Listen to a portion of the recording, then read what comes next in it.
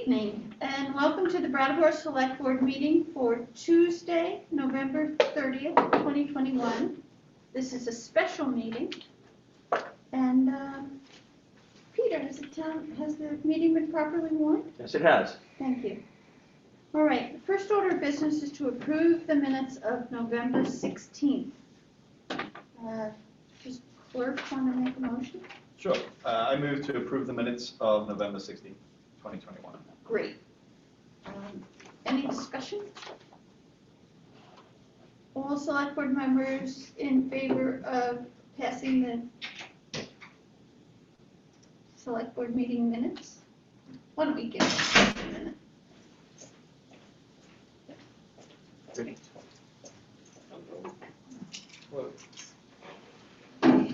Jess, if you'd like to vote on the passing of the minutes, we're doing that right now. Excellent, they looked wonderful. Okay.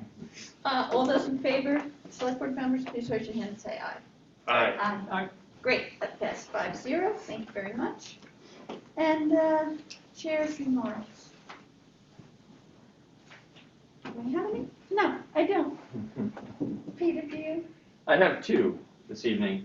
One is to clarify regarding different aspects of the requirements in Brattleboro for wearing a face covering. So you all approved last week the town-wide face covering rule that requires that in indoor public spaces, face coverings, that the operators of such spaces require face coverings to be worn inside there. And that's going well. I can report that we've had quite a few clarifying inquiries, a couple of objections, actually a couple of supportive communications as well. Not much in the way of debate about it, but several folks inquiring, does it mean this? Does it mean that? Is it applicable in this particular kind of an establishment, so on. So we've been providing those clarifications, and it seems to be going well. One of the issues that has arisen where there's a little bit of confusion is the requirement that masks be worn in the Gibson-Aiken Center for athletic events. Particularly, it's come up in relation to the basketball league there, and also for the hockey players at the rink. And the reason for that is that was already in place as part of our requirement that face masks be worn in municipal facilities before you took your action last week. And the way that was calibrated, Carol Lolot and I actually considered having those kinds of activities be exempted, but she conferred with her colleagues around the state in recreation, as well as with the folks who have authority over athletic events for the schools, because the hockey in particular is, most of the hockey that gets played, or much of the hockey that gets played, is BOHS hockey at the rink. And the rules statewide for athletic events are, if you're indoors, including hockey and basketball, you're wearing a mask. And so we, as early as probably back in first or second week of October, imposed that for the activities at the Gibson-Aiken Center and at the rink. I will say that while we haven't had a lot of complaints about the townwide requirement or about the requirement in the library or the municipal center or so on, we have had quite a few complaints about requiring basketball players to wear masks, and the answer is that's the statewide rule for indoor athletics, and we're following it. The other comment that I have for this evening is just to remind everyone, it was reported in this morning's Reformer that Yoshi Manale has arrived. He's meeting with various people throughout this week and seeing a lot of town facilities and getting his feet fully underneath him in terms of getting familiar with Brattleboro and with our town operation. Beginning next Monday, he and I will be working side by side for the month of December. Of course, December 31st, I'll be finished and he'll be your town manager. So really glad that Yoshi is here and that we're getting on with the transitional period, and people in the public who didn't get a chance to go to Monday's gathering at the library get another chance. Thursday evening at 5, he'll be meeting with anyone who would like to come to the library and meet Yoshi Manale. Thank you. Thank you. Are there select board members who have comments they'd like to make? I don't. All right then, let's begin. Oh, are there members of the public who would like to speak about an item that is not on this evening's agenda? Please raise your hand and we'll turn your mic on.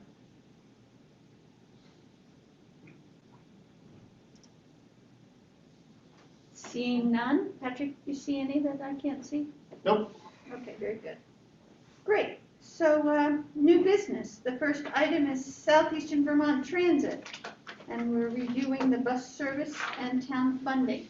Randy, would you like to join us? Thank you, Elizabeth, and thank you for putting me so high on the agenda. It was very convenient. I appreciate it. Thank you very much. I don't know if you received in your board packet the service plan update that I sent. But I traditionally appear before this board once a year.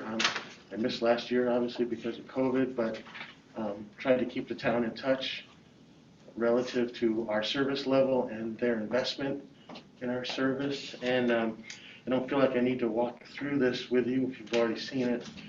Did you have any questions on the material that I sent? Well, go ahead. I mean, if there's a presentation that you want to give, I'm happy to hold my question until later. If I do have a sort of question about the service plan, if that's an appropriate time for it. Yeah, go ahead. All right, very good. So red line, white line, and blue line is what it says on the bus, right? Yes, on the when fixed you- route buses. Yeah. And I just wondered whether it would be possible to have that say the actual destination of the bus. I know that regular riders are going to know what red line means, white line, etc.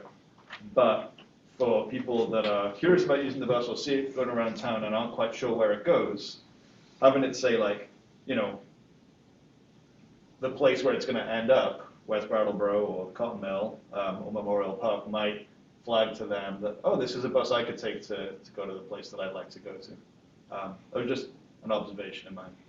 Okay. Thank you. I'm going to see what we can fit on either scrolling or what have you. Those are all electronic, and Yes, we do have some options, and I'll see what those are. great, appreciate that. Happy Thanks a to lot. consider that. So Randy, I have a bunch of comments.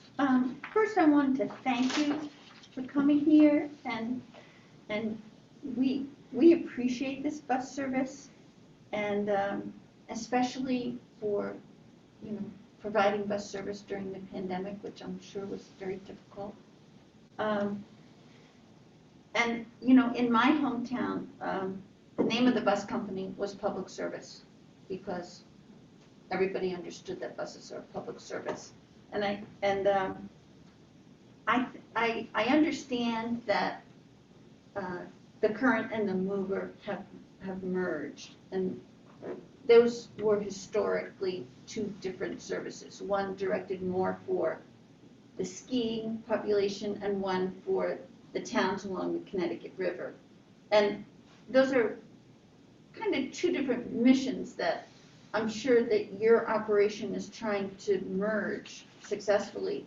And being one of the Connecticut River towns, we want to help, because Connecticut River towns have a different needs than the skiers, obviously. And so there's a couple of things that I want to make sure that we get right, and I want to work together with you to make sure that we're doing the right thing, and that's commuting and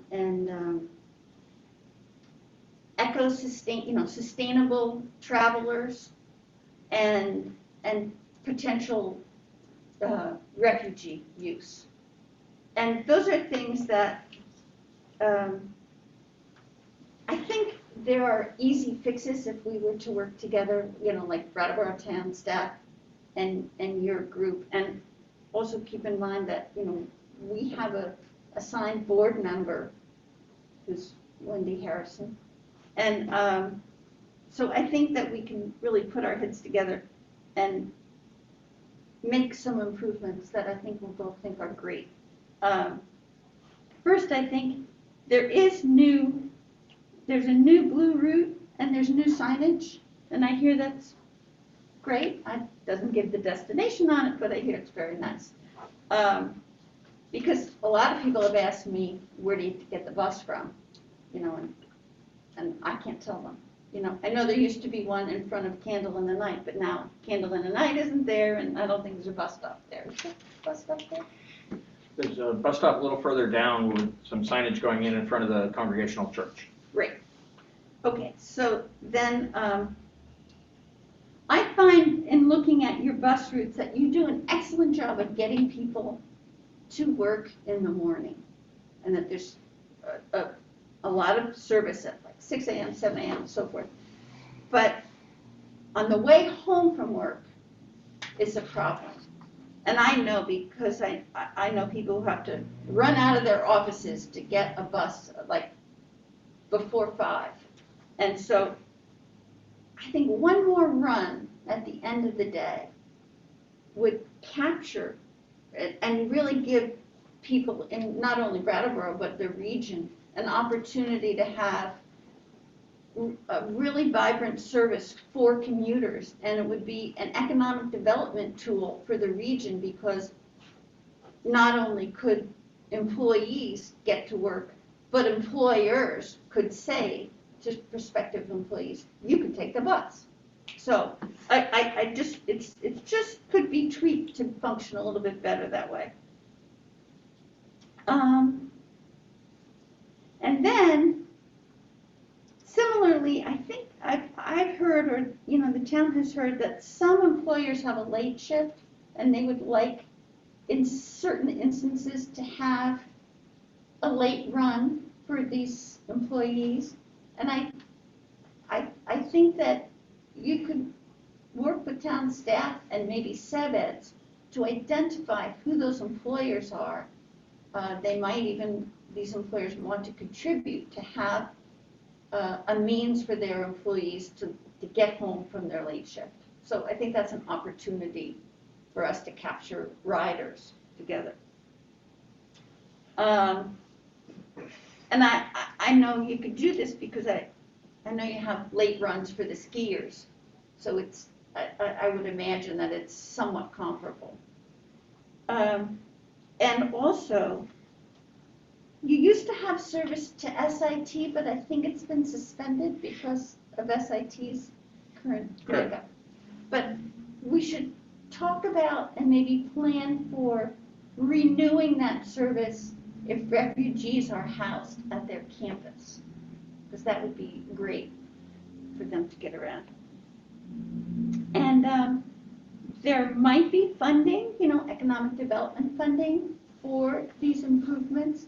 But I think that, you know, I'll ask Peter to see if someone from staff could work with you to figure these things out. Sure. And the other thing is that we need to really beef up the sustainability aspect of buses. I mean, there are people who would use the bus, even if they have cars, because of the environment. And I don't think, it, you know, I hear ads statewide for this purpose, but not locally. So I think we need to kind of figure out some sort of marketing to get people to use the bus for the sake of the environment. And I think it might increase ridership. So then, the other thing is that I just want to point out that this improving bus service for commuting and sustainability is a goal that the Select Board has among our goals for the year.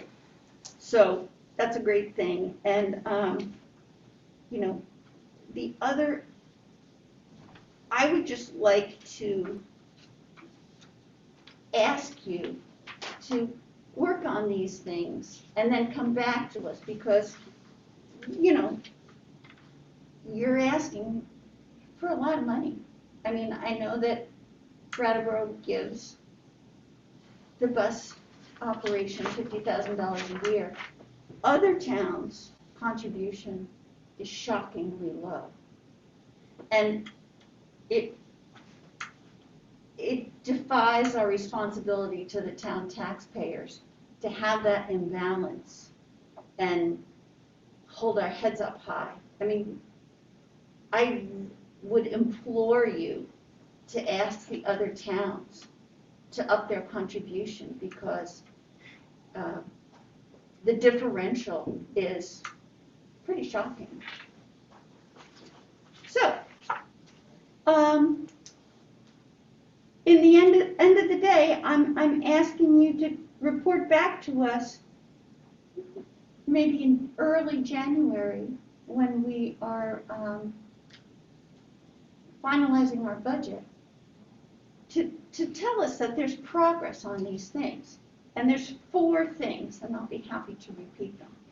The first is to add an end-of-the-day loop for each route that serves people who need to get home from work. The second is to resume service to SIT when refugees come, and they're supposed to come at the beginning of the year. And the third is to market buses as an important part of being a sustainable community.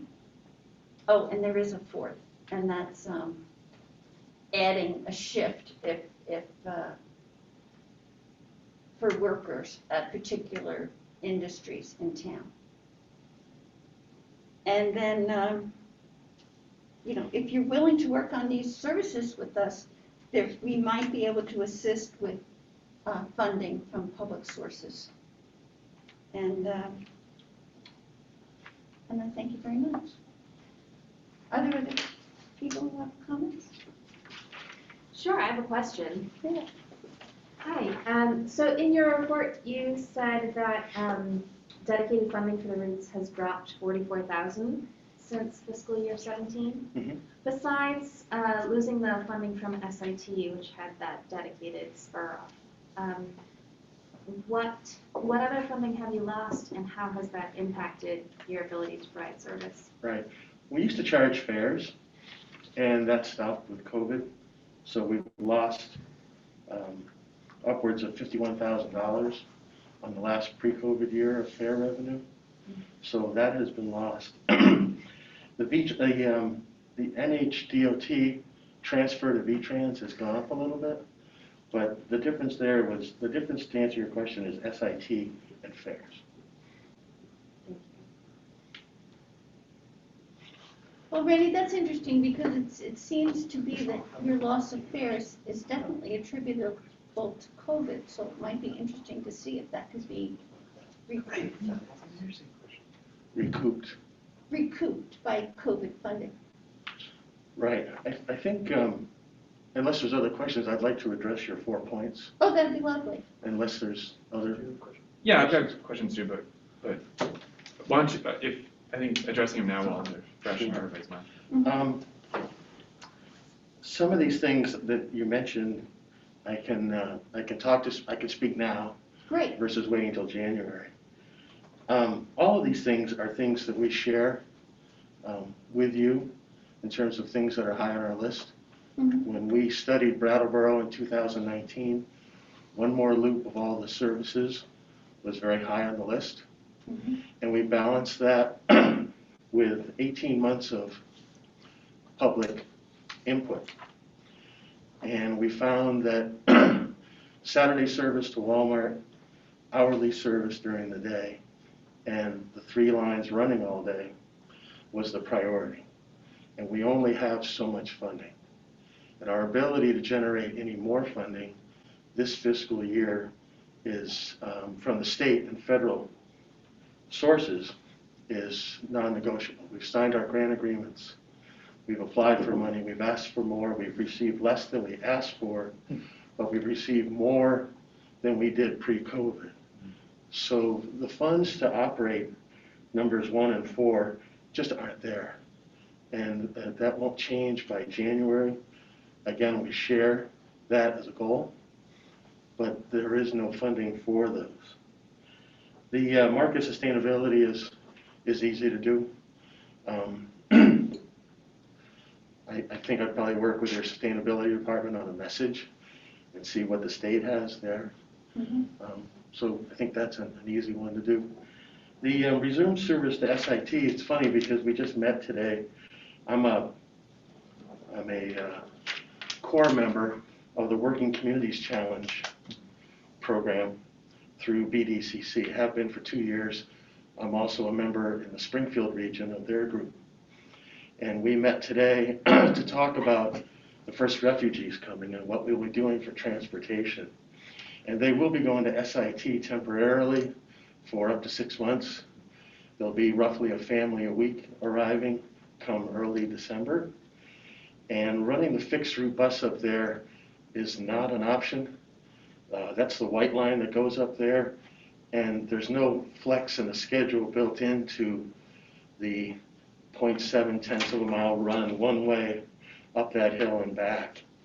So we're working on 4 other funding programs to run transportation there and to take care of the Afghan refugees and anybody else at SIT.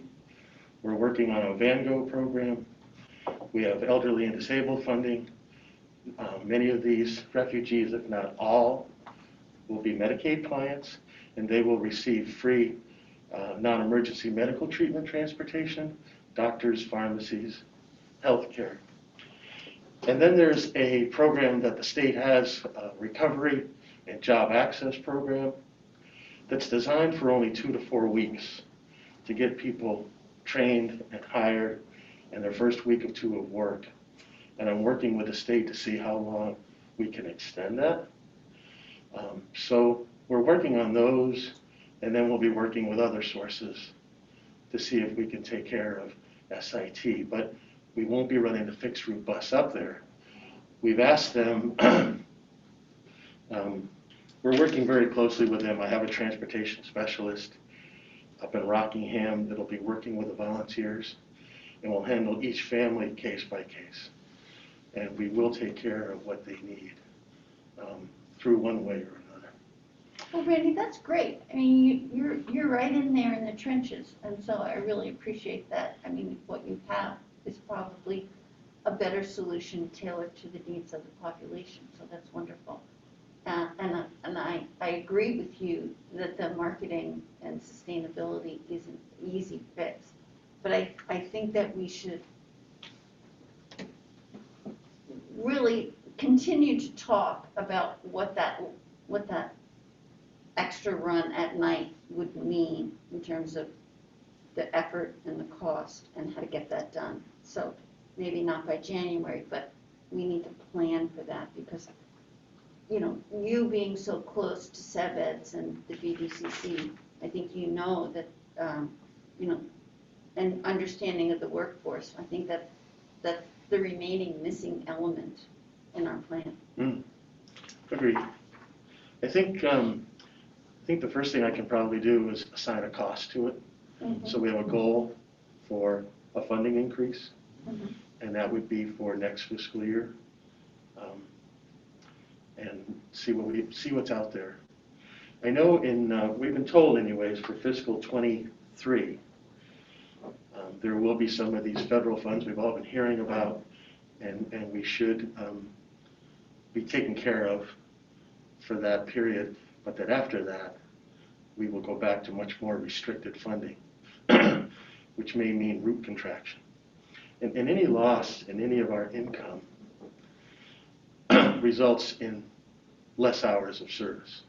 We generate a tiny profit or a tiny deficit depending on the year, so we're basically a break-even operation.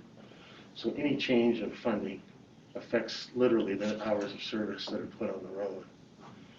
And so we can also come back to the town and say, in lieu of us not getting any funding, option 2 could be, do you want to forsake some Saturday funding, maybe a half-day Saturday, or Saturdays no service at all, and do that extra loop Monday through Friday. You know, we can survey people and see what they think. But resources are very, very tight. I don't have to tell you that from the town of Brattleboro. Every other town certainly is in the same boat. Well, that's great, but I just want to make sure that I just want to make sure that you're asking the other towns to contribute, because our contribution is far and away so much greater than theirs. Right, as is the service level. I did a study, I didn't bring it tonight, but I studied Rockingham and Springfield's contribution versus their root costs. And they're probably 1 percentage point higher than Brattleboro's. So in other words, whatever they contribute relative to the level of service is extremely comparable to Brattleboro. And I think one thing that we've failed to promote well outside of the fixed route in Brattleboro is we have 5 to 6 vans a day running around with demand response people, the vulnerable, the elderly, and we also have probably 10 or 12 volunteer drivers also running around, and those are paid with other funds. We have an ADA program. Brattleboro is the only town in our 34-town district that has an ADA program. We don't have to do an ADA program in Brattleboro, but we choose to do it because it was done years ago when Brattleboro had it. So Brattleboro is getting the ADA service for free, and is getting all these other services paid by other sources. So Brattleboro is by far the highest served town in our area, for good reason, no complaint. But I think you have to look at the transportation picture as a whole, and not just the fixed routes and the $50,000. It's so much more than that. You probably have data, information that would be helpful when we meet with our staff to discuss not only how much it would cost for this extra run at the end of the day, but is there demand for it and where it is. So it might be less expensive to have a targeted, last run to scoop up commuting public. And just to understand that demand, which you probably have a much greater idea of than I do. I think one thing I've discussed, I forgot who the person was in Brattleboro, but we are about to start a microtransit study in Brattleboro and another one in Springfield. And if you know anything about microtransit, it's a demand response service open to the public. You define a region, which in this case is probably the town of Brattleboro and the corridor down to Hinsdale. People will be able to either call or use an app to book a ride anywhere. So, and that'll be door to door. And the study will go on until about March. It should start in January. And if we'll obviously share the results with everybody. But if it is conducive to Brattleboro, we would apply for funding to operate that. And basically what we would do is take the funding that we have now for it and apply that towards the cost and see if that'll cover most or some or all, sorry about my mask here, of the microtransit program. I think the microtransit program, eventually with hopefully gas-powered vans cruising around town, would take care of all of the issues that you outlined earlier. And we could serve more people more directly, better, faster, more efficiently. So we're really excited about the study. And it might be a year or two when I come back to you and say, we're going to microtransit. Montpelier's had it since January. It was off to a slow start. It's doing very well now. And we're hoping for the same thing here. That sounds wonderful, Andy. Yeah. Please keep us informed. Yeah, Randy, thank you so much, and sorry to keep you in the No. spotlight for so long. I have a couple more general questions because Sure. You didn't present last year because of COVID, and that was my first year on the board. So this is the first time I'm getting a shot at you. So Okay. I'm just curious I've got a couple questions about the data here, and then a couple other questions. So looking at the second page of your maybe the third page here. The rides increased from like around 56,000 to 58,000 from FY 18 to FY 19. Is that 2,000 increase in ridership a result of the redesign and study that Yes. happened? And So, we were just getting going when COVID came. So that So- would have just continued to grow. that's exactly, so you think that if the pandemic hadn't happened, we probably would see even more Yes. increase in ridership than Yes. the 2,000, okay. Yeah. And rides is riders, is that, That's correct. That's a Okay. one-way ride for one person. yep, And the other small footnote on that is up to fiscal 19, for instance, somebody going from West Brattleboro to Market 32 would have been 2 rides. They'd have gone the red line to the transportation center and transferred to another bus there. When we redesigned, the red line went all the way without stopping. So what used to count as 2 rides is now counted as 1. So that's not reflected here. But again, that would have been the equivalent of, we think, almost another 10 or 15,000 rides. wow. So, I'm particularly interested in it. I used the bus to commute to a job, and I used the Montpelier commuter for like Yep. a year, and it was, I guess I'll say this, it was miserable. There were portions of it that, you know, if I had been asked about it, I would have like given a lot of feedback. But for the whole time I commuted from Burlington to Montpelier, no one ever asked me any questions. And so I'm kind of curious, is there anything built into your future plans of doing like another 18-month study maybe in 5 years, or is there a plan for another one, or is it just going to be wait and see how this current reroute has affected the numbers? I think it'll be, we won't do another one like we did. We'll do microtransit study instead. Yep. So that'll take the place of a traditional study. We really think we had the right program. I mean, 18 months of public input Yeah. was a major effort. But if we weren't doing microtransit, sure, we would look at it every so often. Mm-hmm. But I think microtransit, it is my hope that it's going to take the place of what we're doing now Completely. completely. Wow. But I don't know that. Yeah. The study will tell us that. Yeah. That's The study will tell that's us. wild though. But I think, Ian, aren't you asking also for, just how does a rider give feedback? Well, I guess that's a good follow-up. Yeah, if I was commuting, thankfully I can walk right now.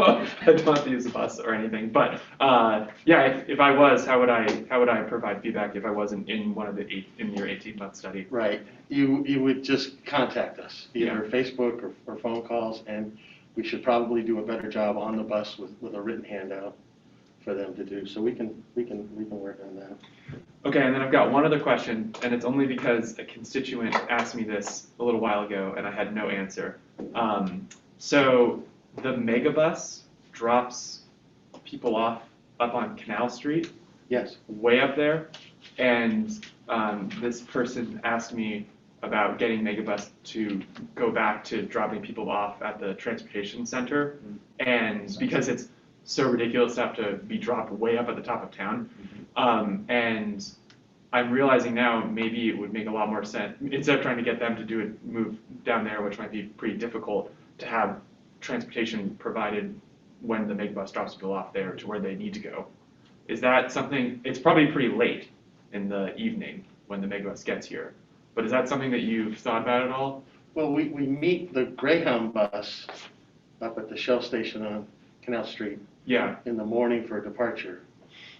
In the afternoon, we're going by there every hour. mhm, So I think we've got Greyhound pretty well covered. okay, Amtrak, I wish we had some kind of control or contact with Megabus, because what you're talking about, Ian, is the same that a lot of communities have asked for. yeah, And they're just who they are, and they'll stop where they stop, and the communities along the way will be lucky to work with them if you listen to them. mhm, So not sure how that will change. okay, Yeah. That's a good question. yeah, thank you very much, I really appreciate it. Sure. Well, great, Randy, thank you so much. I got one more question. Oh, Dana's I'm got- sorry. Yeah, I'm in your blind spot. Randy, I work with clients who sometimes are trying to access Medicaid rides. Fluent English-speaking clients who struggle with that sometimes. Can you talk about like what kind of accessibility there's going to be in helping refugees access Medicaid rights? Sure. It is our understanding that by the time they get here, they will have been enrolled in Medicaid. Okay. Everybody. And we think that there's two types of Medicaid in transportation. You can get transportation or you can't. And I'm sure that these people are all going to qualify for transportation. So when they get here, each family or group is going to have a group of volunteers assigned to it. And we're going to work in the month of December with the volunteers on travel training. We're going to show them how to get around town and what to do once we figure out what we're going to do. And so they'll have access to that all automatically. And we're encouraging all the different individuals, refugees themselves, to work through their volunteer to schedule rides to our office. And we have a special dispatcher to handle that.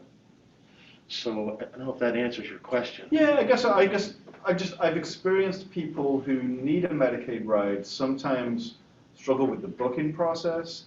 I've had some feedback, and bearing in mind I'm only getting one side of the story, so I'm sure there's more to it. But I've had some feedback about like I expected a ride and it didn't come at the time, or what have you, and that's frustrating for the people I'm working with.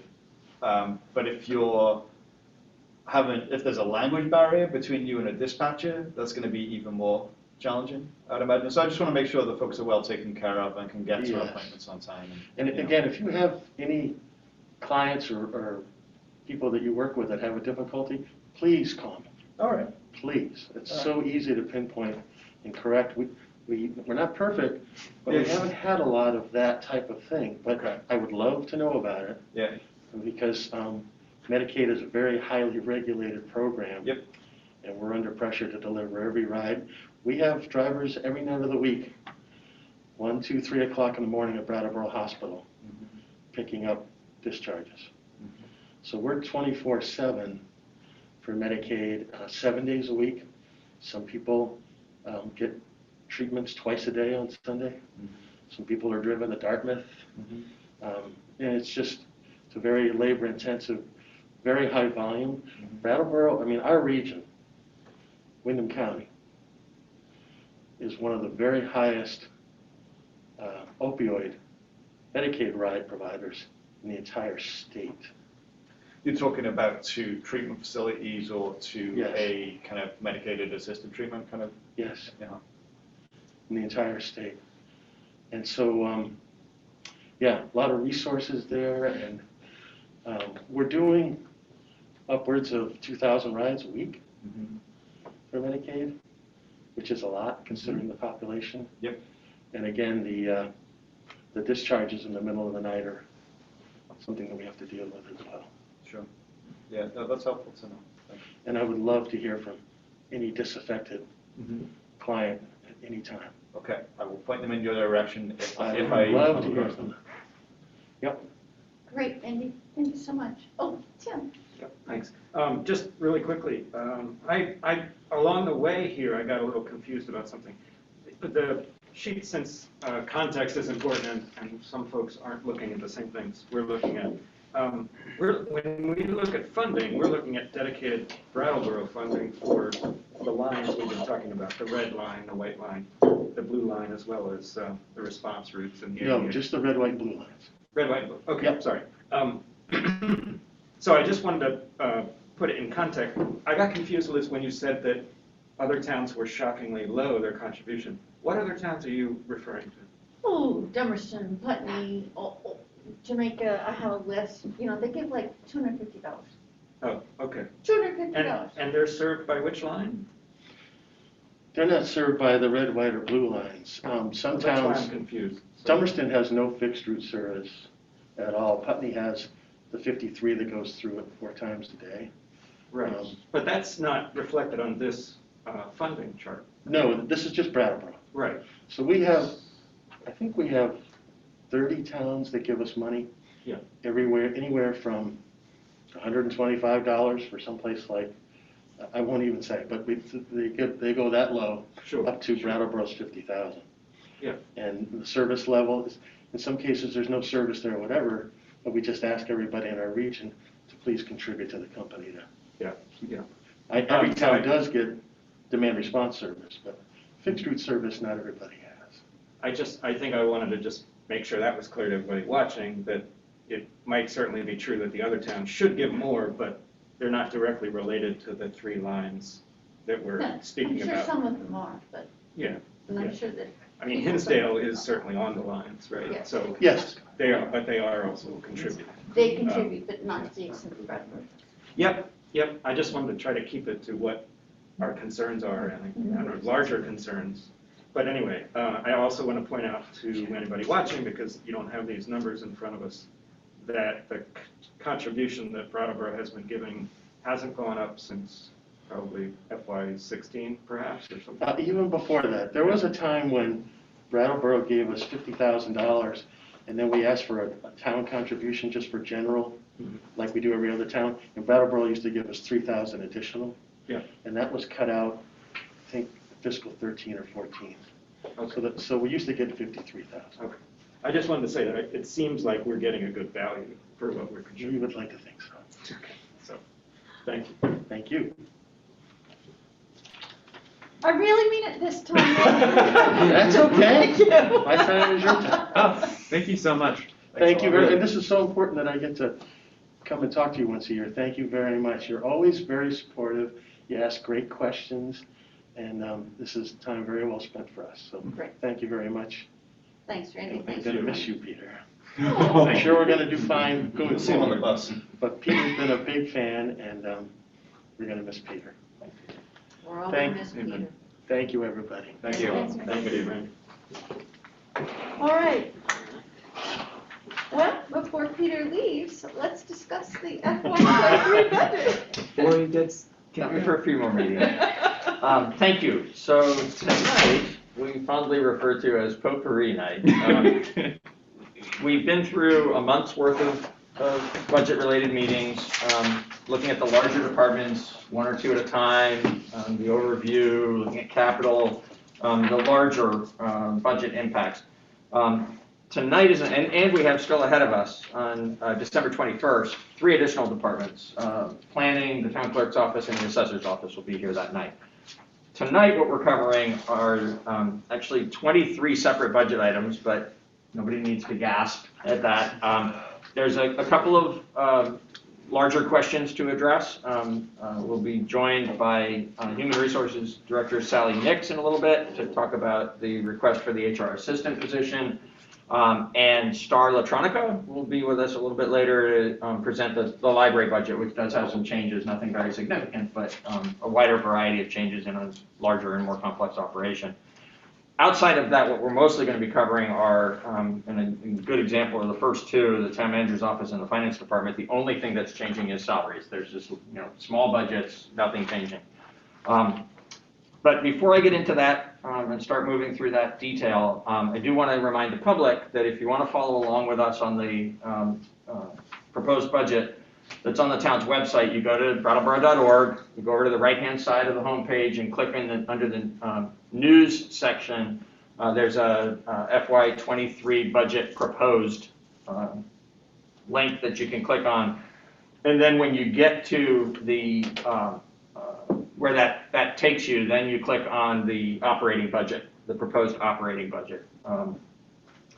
When you're in that document, please go to page 5, which is where we'll start for tonight. And the 23 items that are laid out on the agenda this evening are in the order in which they come. That's why, I'll cover some of this, and then Sally will speak, and then I'll cover some more, and then Star will speak. Is because, for the ease of following along in the actual line item budget, we're taking them as they appear in that document. Yes? Let me just interrupt to say that when you're talking about salaries, what you're talking about is the union agreements, union contracts that were decided upon several weeks ago. Almost entirely, yes. Because the vast majority of employees belong to one of the 4 unions that do represent town employees, those contracts that got settled back in October are the most significant driver of the changes in the staff salaries line item for each different functional area of town government. There's a nuance to that I ought to just name, which is that we do have some non-union employees. They're mainly management employees. There are a handful of other employees in the town that are not unionized. And so for those, what we've done is estimated a 3% pay increase along with whatever step increase they'd be entitled to within the system in which they operate. So we've applied a not a legal obligation number, but a number that would treat those employees comparably to the employees that are receiving raises through the collective bargaining agreements. And that decision that the select board makes about the actual raise that will be provided on July 1st, at the beginning of a new fiscal year, for the non-union employees is usually made in June of each year. So I'll begin on page 5, at the top with the town manager's office, where you see the top 3 line items are changing because of the compensation that's changing, but there's nothing else in our small budget that's proposed to change this year or for FY23. The exact same situation occurs in the proposed finance department budget, where there are small changes. Yes? I just want to make sure I understand it. Vacation BB retire pay, Yep. I'm assuming is sort of like when somebody retires, if they have vacation time due to them but they haven't used it, they get money. Correct? Yes. Yes. Yes, vacation time is paid out to retiring employees. And there's also a program that we have as part of the basic benefits package. The vacation BB is a buyback of vacation time. There's some parameters around that. You have to be using a certain amount of your vacation time. You have to have not been out sick for more than a few days. There's some different qualifiers, but if you meet those qualifiers, an employee can choose to cash in some of their vacation time.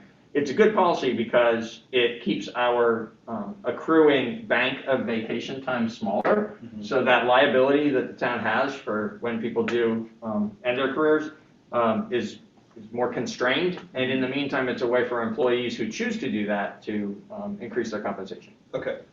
Follow-up question. It's the obvious question. So you're about to retire. Yes. Will your retirement trigger increased expense in one of these lines? It will. We will, for FY22, over-expend the vacation buyback retirement pay line item. Significantly? Significantly.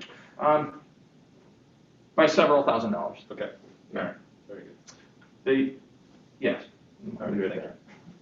I can't believe that I have a question and we're moving on to the first department. I'm sorry? I can't believe I have a question already and we're running the first department. Good to ask questions. Yeah. That's right. Yeah. All right, That's all so about. town manager Elwell, we tried as hard as we could to get a Brattleboro born and raised for our next select board or town manager, but we couldn't. So Yoshi doesn't have the same kind of background in Vermont as you do. Should we be considering more for the conferences and memberships as he comes on board than we have allocated right now? You know, that's a very good question. It is a very good question. The answer is no, because it is so affordable to participate in the intergovernmental. I mean, I think it's $25 or $50 a year to be in the Town Managers Association. Yeah. The VTCMA. The town's membership that's will show up later on tonight in the general services set of accounts. There is a more expensive membership that we hold to be part of the Vermont League of Cities and Towns, but then the town-wide membership applies to all town officials. You know, we pay for trainings that we go to, but we don't pay anything additional to be involved in the communications of the VLCT. Okay, so This there's is a zero for training. sorry. So we got a zero line item for training. Yeah, because the conferences memberships is really where that Covers all of that. yeah in All right. in Vermont. Yeah. So this isn't what you asked, Yeah. but I think it's relevant that in my previous employment, which we haven't talked about a lot here, so very occasionally about, it stands in pretty extreme contrast to Brattleboro's circumstances financially and otherwise, and I'm delighted to be here. It's also true that in all ways, compensation, in all ways, salary and benefits and training money and travel expenses and so on, was what much more, the community could provide it much more readily and did, and so employees did a lot of traveling, and myself included. So I would go to national conferences, sometimes of city managers, sometimes on a particular topic that was of interest to the community. That was useful. It wasn't essential, and I would say particularly in Vermont, because we complain rightfully a lot about Dillon's rule, but there are two sides to that coin, and one thing is the state of Vermont does a lot for municipalities. So, in Vermont, paying attention to those relationships, we're a small state, we all know each other. We can call up a person who runs a state department and they will take our call. In Florida, I could spend a lot of time trying to get to somebody who was about 3 or 4, tiers down in the organizational chart, and sometimes struggle to get connected to them. So there's some advantages to this, and there is an insularity we need to be careful about, but because so much of what we do is, you've seen that week after week with grants from the state that support lots of different activities in town government, so much of what we do is Vermont oriented or Vermont driven, that by maintaining those relationships with the state and by maintaining those relationships with our peers throughout Vermont, I think we get what we need. And frankly, when I arrived in 2015 and I looked at what we had available for this kind of investment, I didn't ask for the $5,000 that was in my budget to do travel and training in Palm Beach, because this isn't Palm Beach. Yeah. Okay. Much colder. And you'll teach Yoshi how to say place names like Charlotte. Yeah, we'll work on that. Okay. And the other thing is, like so much else about the work that we do, right? It changes over time, and even the things that aren't changing organically are going to change based on what Yoshi brings to this work and to the relationship with you. And so this may be an area where he speaks to it quite differently with you in the months ahead, and you might decide to do something quite different with it a year from now. My sense of it is it's a very fair question, but because of our circumstances, because of the small scale of our state, because we can interact so readily with each other and not pay a fee for it, I think this is fine. Great. This budget has served me just fine. Okay.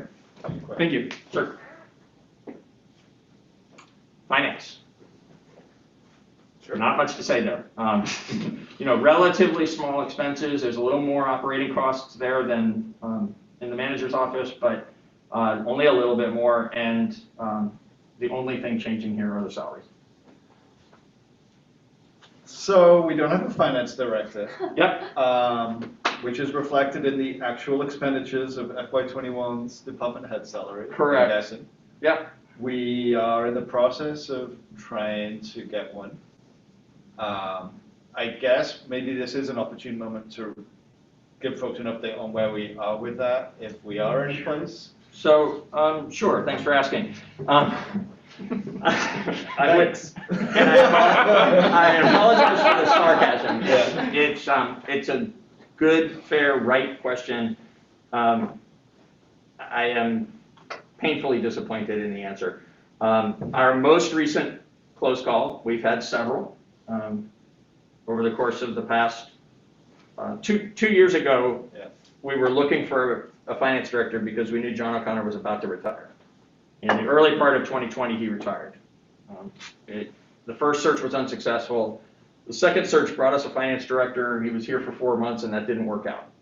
So now that 14 months ago, we went into a third search.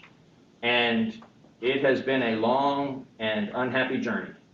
We've had multiple close calls with folks who were, in some cases, very well qualified, but it just didn't quite work out in the end to be a move that they or their family wanted to make, and so we weren't able to bring them on. In other cases, folks who looked really like a, well-qualified person who'd be an asset to the team who, when we dug a little deeper, found some things to say, whoa, thank goodness we saw that. And so didn't make an offer to bring people on. The most recent one of those was about a month ago, and we are commencing a new search because that didn't work out. Okay. Follow-up question. So I'm seeing the line finance consultant, Yes, which was budgeted, maybe not budgeted, expended, in those two, Correct. 20 and 21. So we don't have a budget for that. we don't have a budget for that because that Because is it's the gonna acting be- finance director. So Right. we will start incurring finance director costs again Right. when we're no longer incurring the finance consultant costs. And so we're probably gonna under-expend FY '22's budgeted amount. That is correct. Okay. And All right. and it's a savings we'd rather not I know. realize. Yeah, I know. Yeah, I mean, we're, by, $60,000 we're gonna save. And we'd rather be spending the money and having somebody here every day and, tending to that work. What we have is very good oversight, but not day-to-day financial management work being done. Okay. All right, good. I'm gonna be quiet now for a little bit longer.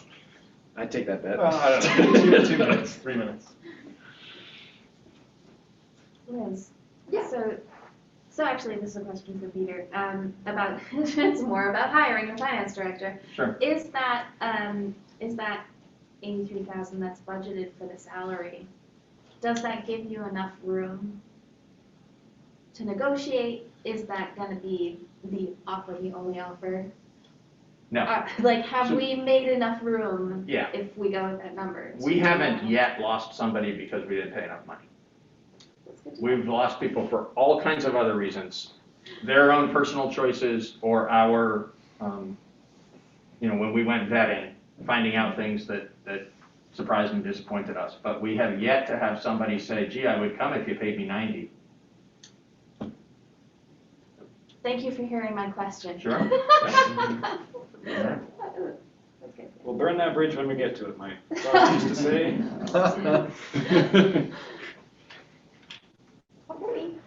Danny? Moving on. It's not big 2 So minutes. next is human resources. Sally is in the meeting and will be actively joining us here in a moment. What I'd like to point out is that the only thing changing in the human, this is becoming a little bit of a theme here. The only thing changing in the human resources budget is the compensation for employees.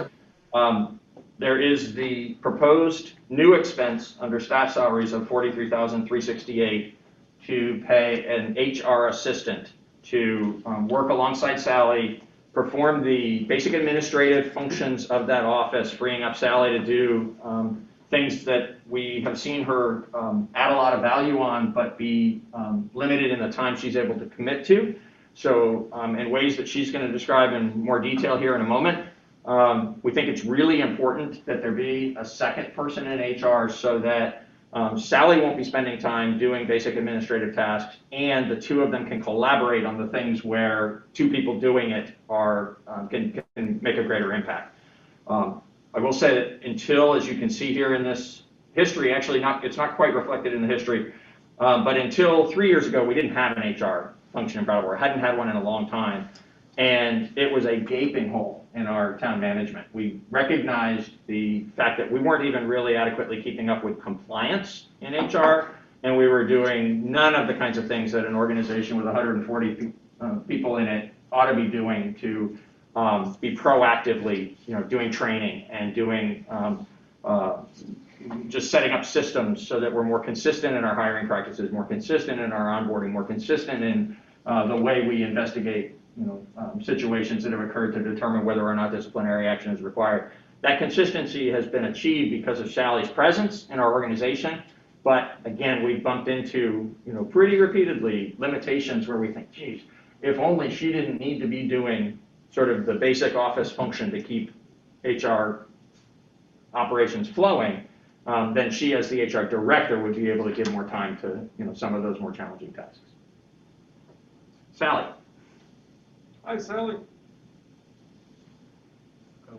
Oh, we're not hearing you yet.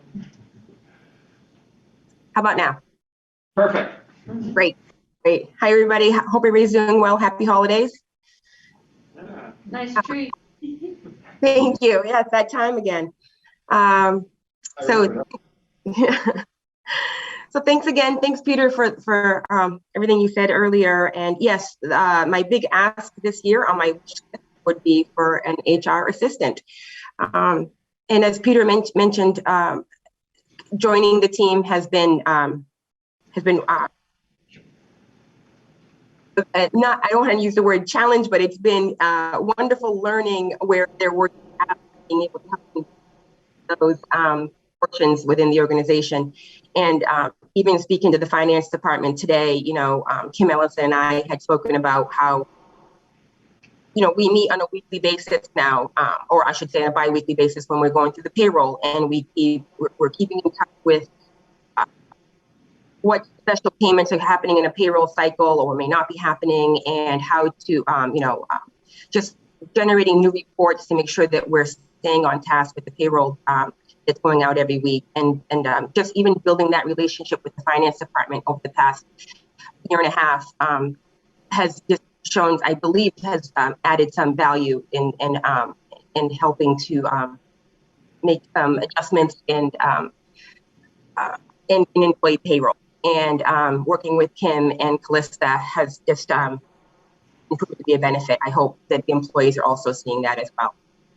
Even so much as finding new features in Kronos on how to work with department heads to remind them about employee punches that are missing. Employee punches would be the clock in and the clock out in our payroll. So, you know, as Peter mentioned, my budget, the only change basically, adding staff salary. I wanted to just touch a bit on employee recognition. You know, Peter and I are right now going through what we refer to as our PIN tour. We're using service pins with the employees. We do the recognition for all the employees that have those milestones of anniversaries within 5 or 10, 15, plus 5 years, which those pins are, we do give out 35-year pins this year. We've had a big, large number this year. So it's, Peter and I get to go out to the departments. We're finishing up on December 2nd. Will be our last day of doing the pin tour this year. So, and then, but employee recognition also included in lieu of a barbecue this year due to the weather conditions. What we did is we've been able to provide more lunch opportunities for employees for the week time frame where they select their lunch. It's delivered to them by their department head or what the person bring the lunch forward to the department. And we're because of COVID, we've had to make some adjustments for employee recognition, but I think we've been able to improve on those as well during this time. And then again, on the line items for the budget is Kronos and NEMRIC. Again, just have to say what an addition Kronos. And Kronos is not, we were using it prior to my arrival as our timekeeping system, which they had moved from processes for payroll into the electronic punch in and out. And we added the HRIS system, Human Resources Information System, which provides my favorite is the applicant tracking process, where employees apply online virtually, and then we monitor and we do all the onboarding. I just went through it with Yoshi for his onboarding just this morning, and it's just proven to be beneficial in just time management as well. And so, and then just to touch base a little bit regarding bringing on board a new employee. I know you have the backup material that I was able to provide you. I just want to touch some of those topics there. Just what an HR assistant can add, having the department go from one member to having 2 members would be an added benefit. When I started about 2.5 years ago now, I remember a lot of department heads really weren't sure, and even some employees weren't sure what my role would include and or how I fit into the puzzle of the organization. And I think during the past few years and months, it's become relevant how I fit into the puzzle with the organization. Just as, improving our interviewing process. And I know you guys mentioned earlier the finance director. It's been a long search, and I'm hoping that within the next few weeks, I'm able to dedicate more time into that process. what we refer to as fishing in our industry, trying to go out there and look for more active recruitment into that position. And again, just being able to spend more time with adding an assistant to our department, I'd be able to spend more time. I think about even internal investigations. And a lot of times the internal investigations regarding employee discipline issues, the process is very time consuming. We want to make sure that you're thorough and giving everybody the opportunity for process. And I find that sometimes it's complicated to my schedule and the process can take longer. That may not feel fair to an employee who's waiting, longer than an average amount of time for a decision based on what may have occurred, and it's adding some additional stress to the employee.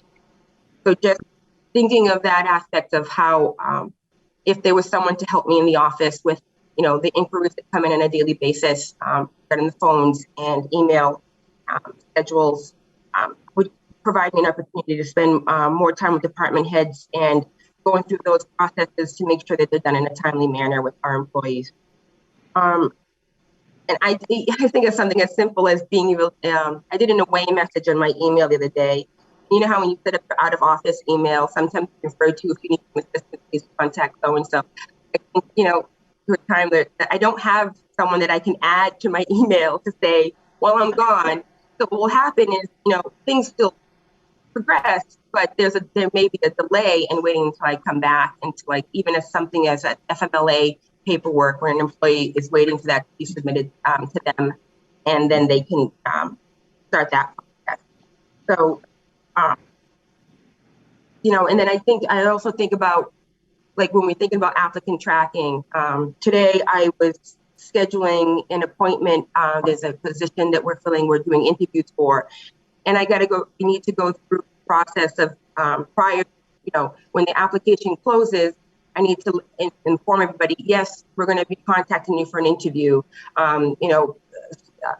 save this date kind of feature. And then even going back to say if it's interview being held, I find that sometimes I'm limited in where I'm able to provide, better service to our applicants. And it's really disheartening when I get an email that says this person is no longer interested in this position. And I'm thinking, is it because I didn't let them know that we're getting close to that interview?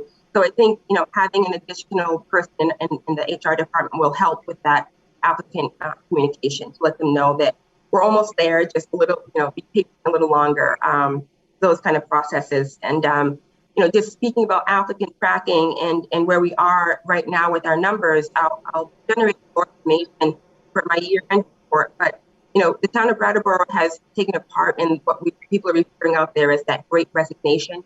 And we have seen an increase in our employees, voluntarily resignations, just retirement included in these numbers as well. But just to give you an example, in 2020, exited 20 staff. And then in 2021, by the end of December, we'll have exited 31 employees. And not all of our vacancies at this time have been filled. And in 2020, we hired 15 new hires. And in 2021 to date, we're at 25 with 2 pending new hires. And so, we're growing in that aspect. I know when I came on board, I was, told, you won't be putting out too many job ads. You have a lot of things every year, but I've seen this number increase over the past couple of years that I've been with the town. And again, not to say, it's just, I know a lot of organizations are seeing this part in the voluntary resignations, but we are also in that impact. And when I think about, it can take hours to onboard an employee, which would also include, an orientation and following up to make sure that they're also receiving the latest required trainings, that employees are required to view annually as part of our compliance annual training. So, and then I think back to even when we're going through our seasonal employment, Carol a lot, for our Rec and Park can hire between, and also with our public works, we can hire summer season alone and bring on 40, 50 new employees. So we're also managing our current 140 plus employees, and then we're bringing on 40 to 50 new employees that all require time to onboard. And then as the season ends, there's exiting those employees, and all of that just continues to take time. And just because we are in the electronic age with clocking in and out, with new employees that may not have experience with these technology, there's some training aspects that we can improve on. And I'd like to see some major improvements within our onboarding aspects and orientation for our employees, being able to provide a mass training when the season starts, and instead of piecemealing each employee that's having trouble logging on, and being able to provide them some education on how to use the box system. We currently started, we're more regular with conducting exit interviews. When our staff do leave, we conduct exit interviews with all of our staff. And I'd like to see adding stay interviews as well. Why, reaching out to employees and talking more about retention with our employees. So, just also expanding on providing this more welcoming culture. I'll take into example what we're doing right now with our new town manager, with Yoshi. This week, we were calling it the Getting to Know You Tour, where we've developed a schedule where he's able to spend some time with all of the department heads, getting to know their staff, meet with you as well, and just being able to develop that. And I've heard from some department heads, and they're asking me, look, prior to meeting with Yoshi, like what is this meeting for? And it's like, this is just your time, let's show, that we're our welcoming organization, and being able to expand on that beyond just a department head, but to also offer that kind of onboarding and orientation to all of our staff levels within the organization. And then, the part to do with is networking. Talking about recruitment, Brattleboro's, we've done a great job. The word is out. We've done successful police chief hire, successful town manager hire. We will have a successful finance director hire down the road. But I hear a lot from other towns, as close as Putney and others, that just, what did you do? What is your process? And I'm able to network with other towns and share that what we've done to advance our recruitment within the organization. We're also working on our DEI initiative. Our idea committee is expanding. I'll smile and tell you how much I love our idea committee. I love being a part of that committee. I'm like you've received the series links of the Whiteness at Work series we're doing. I'm 2 ahead, and I can't wait till you see the others that are coming up. But just, speaking more about the idea committee and how I'd like to, not just myself, but I know I've talked to Peter and others as well, just the growth of that and helping us change our workplace culture within the organization, to help people to see the difference that we can make if we work together as we strive towards these changes. When we are right now, what I would call that, we're in the woke stage. I'm sure that you've heard that expression before, but the committee wants to move towards the action stage, the work stage. And there are so many more elements that we can add to that. And I believe that adding an HR assistant to the department can just free up some more time to be able to spending towards the working towards all those initiatives that the idea committee has put together. We've done some workplace culture surveys, and we have some follow-up culture surveys. And some organizations out there and other aspects of the industry have actually hired just DEI directors. But this is a part of my my duties and responsibilities, and I enjoy it tremendously. And I just want to continue to see it grow. And I think by adding an assistant to the department, we can continue to develop that initiative within the organization. This simple, not simple, because it does take some time to do, but the idea committee wants to start an internal social media outlet where we can start to have more personal interaction with the staff, because that did come out from the culture climate survey that we did, that staff feel that there's a lack of communication between departments and staff. We could see each other at a picnic, and now with COVID, we may not see each other on that on a regular basis. So those are just some ideas. I know I'm excited, and I'll share this tomorrow during our department head, Peter, but I'll give you a quick heads up. I have our very first guest coming onto the IDEA committee. It's a school teacher from Central Massachusetts who's also working an initiative within her school. And why I'm bringing her forward, her name is Allison Neely. I've known her for many years, and she was just sharing with me the struggles that she's going with in an organization where they have a lot of BIPOC population, in just bringing that forward. So I'm having her join us on the IDEA committee, and I just want to share that just to show that it is a passion within the HR department to continue and develop that within the organization. We're also, I know in the notes you saw that Peter provided you there's townwide annual training requirements, and it takes advanced scheduling and planning to get those done. This month, and for the month of December, we're doing townwide AED, CPR, first aid training, and I've partnered with the Brattleboro Fire Department to provide that training to all staff employees, excluding police and fire, because they already receive those annual trainings within their regular certifications. But just being able to provide that type of training to our staff, especially during the time of a pandemic, where we're able to know that we can support each other where we need to. And then, even being a part of the Safety and Wellness Committee. And I speak with it, and try not to go too quickly, but there's just so much that this department can offer the town and continue to offer the town. And I believe that by adding an extra support person to this, we can continue these initiatives. And then just adding to the fact, COVID struck in March of 2020, and it's just added so much more. We've developed a good communication that Peter helped put into practice, that, HR will send out the messages to the employees regarding the safety protocols within the organization. But that has added a lot, and, that could be temporary, it could be additional, but it's just a matter of that, these things come to light, I can come into the office with a clear agenda of what I may need to do, and I may not touch A until the next day because I got an extra added piece of information that's come in. And just, even thinking like yesterday, which is only Monday, and I came into work and I got a call from one of our department heads, and there was an incident regarding their employees, and it involved safety, and it involved a crisis, and it involved follow-up, and it involved a lot of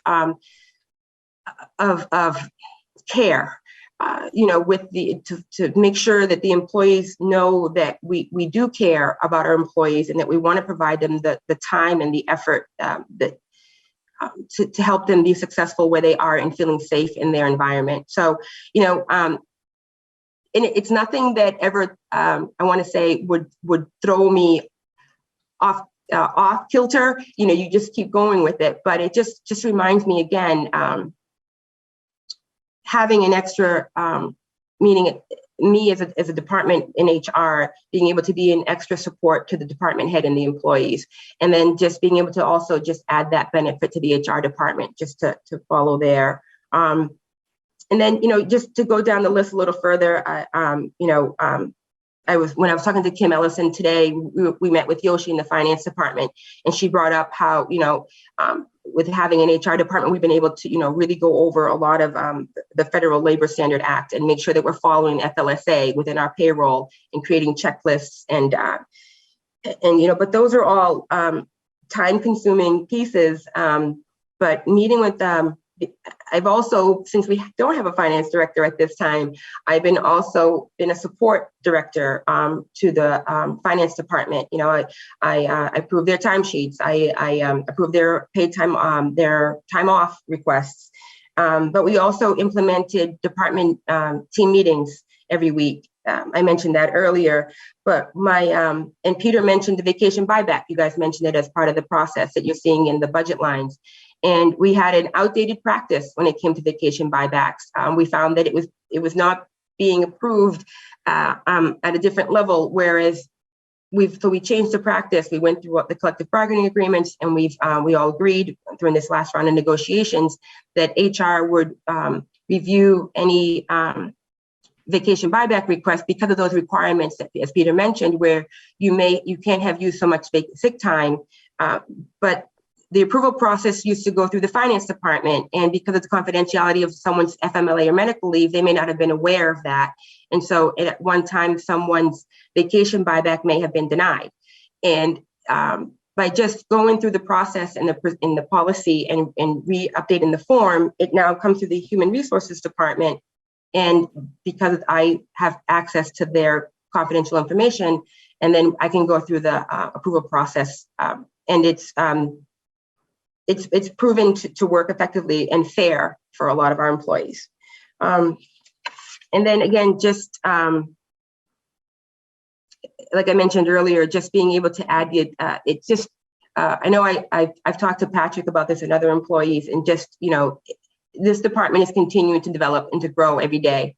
We find out pieces that fall more into HR, and just being able to spend more time with supervisors and department heads to make sure that we're in compliance and staying in steady would just be a benefit to the department to have someone help. I think back to before Kronos, and we were still going through the paper method for applications that would come through, and having to print out for every committee member of the interview, and how long it would take for me to print them and then just to shred them afterwards. And now having streamlined that process has just been a benefit. And but again, taking time to print and then shred documents just takes away from other important aspects that I can be doing out in the organization. We just completed an open enrollment process, and that takes months within partnership with the Richards Group. It doesn't start, you know, a week prior to the open enrollment. It starts weeks, months in advance, where we start planning and getting everybody notified that open enrollment is coming. And then there's also post management, you know, going through the evidence of insurability and following up to make sure that everyone has accurate information for their health benefits. And then we've also grown with, again, with the Richards Group, we've added more wellness initiatives for the town. And we also have a Richards Group safety and wellness rep that joins us every month, and she spends at the first half of our meeting that we meet monthly with, and she talks about wellness initiatives. And starting in January, Blue Cross Blue Shield is also going to send in one of their reps to help us continue these wellness initiatives. And again, what we've also added is after doing a wellness survey with the town employees, we found that they were interested in digital wellness platforms to provide them their self-guided wellness initiatives as well. So we've also picked that up to encourage healthy eating and wellness support to all of our employees. And so I won't keep going on. I just wanted to touch base on some of the growth that we've done within the department, but I'd be happy to answer any questions anybody may have. And I just want to thank you again for any support you've provided. Well, thank you. Before we begin, I think there's a few comments. Yeah, I just wanted to make one quick supplemental comment just to reinforce. You heard well from Sally the breadth and depth of what HR is providing the organization, and the opportunity to do even more. And she appropriately several times in the presentation said the HR department this or the HR department that, and I just want to reinforce the fact that what we're asking for tonight is that a department of one person be allowed to become a department of two people. It will still be our smallest town department, but this one additional position would make such a big difference for us as all across the organization. Daniel. I have a direct question about that, because I was flipping through and I was like, I'm pretty certain this is the only department of one person. And thank you for confirming that. When this position was originally created, did it not live within the town manager's office for a while? It did. So we created it within the town manager's office, and the first 2 fiscal years, the first full year of Sally's time with us was in the town manager's office. We changed that. Functionally, she has been independent the whole time. That was the whole point of this, was to have somebody who would bring HR expertise into the organization, and that we wouldn't be actually managing that function out of the town manager's office, but have an HR professional who was doing that. For budgetary purposes, because it was a single position, it limited other costs related to it. those first 2 years it was in the town manager's office, but as the activity level grew and we realized actually that it was just more transparent for you and for the public for us to show those HR expenses separately. In that last year's budget, we broke it out for the first time as being its own separate department in the budget. But functionally within town government, ever since her first day with us, HR has been independent, working very closely with the town manager's office for sure, but very much And you managing can, her own operation. Right, that you makes can sense. see that in the budget, in the town manager's office Yeah. salaries. Yeah. Other comments? Oh, yeah. Oh, yeah. All right, well, I have some too, but Ian, you want to speak in? I'll Daniel start. has more to say. No, that's fine. Go right Do you mind ahead. if I interrupt, Daniel? First off, Sally, thank you so much. Oh my goodness, what a presentation. You're doing so many things, and it's really impressive. So my comments are basically entirely around the HR assistant position, because that's, I think, the big thing to discuss about this particular department. And it's a big deal to hire any new person, and it's a financial commitment for the town. And so I've been reflecting a lot this week on it, thinking about kind of what HR means, what Sally's role has been for Brattleboro and for the municipality. And I have like a lot of thoughts that I'm going to try to sort of pull into something coherent. And it kind of starts with the municipality and the municipal government is its employees, really. Like, it's brick and mortar buildings and sidewalks and garages and things like that.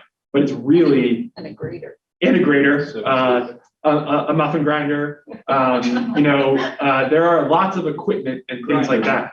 But it all falls apart and collapses and fails to serve the public the way it's supposed to without all of the people who are the real lifeblood of this town's government.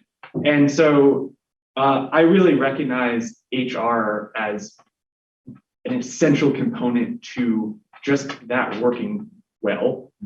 And I am time and again just amazed at the kind of work that employees for the town of Brattleboro put into their jobs and go above and beyond the work that we even are asking of them.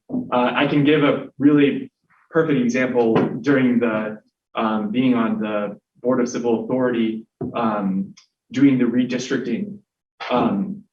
Hillary Francis stepped up in like a huge way, and she put in way more time than she needed to, and she helped us all out and brought a great resolution to that for the town.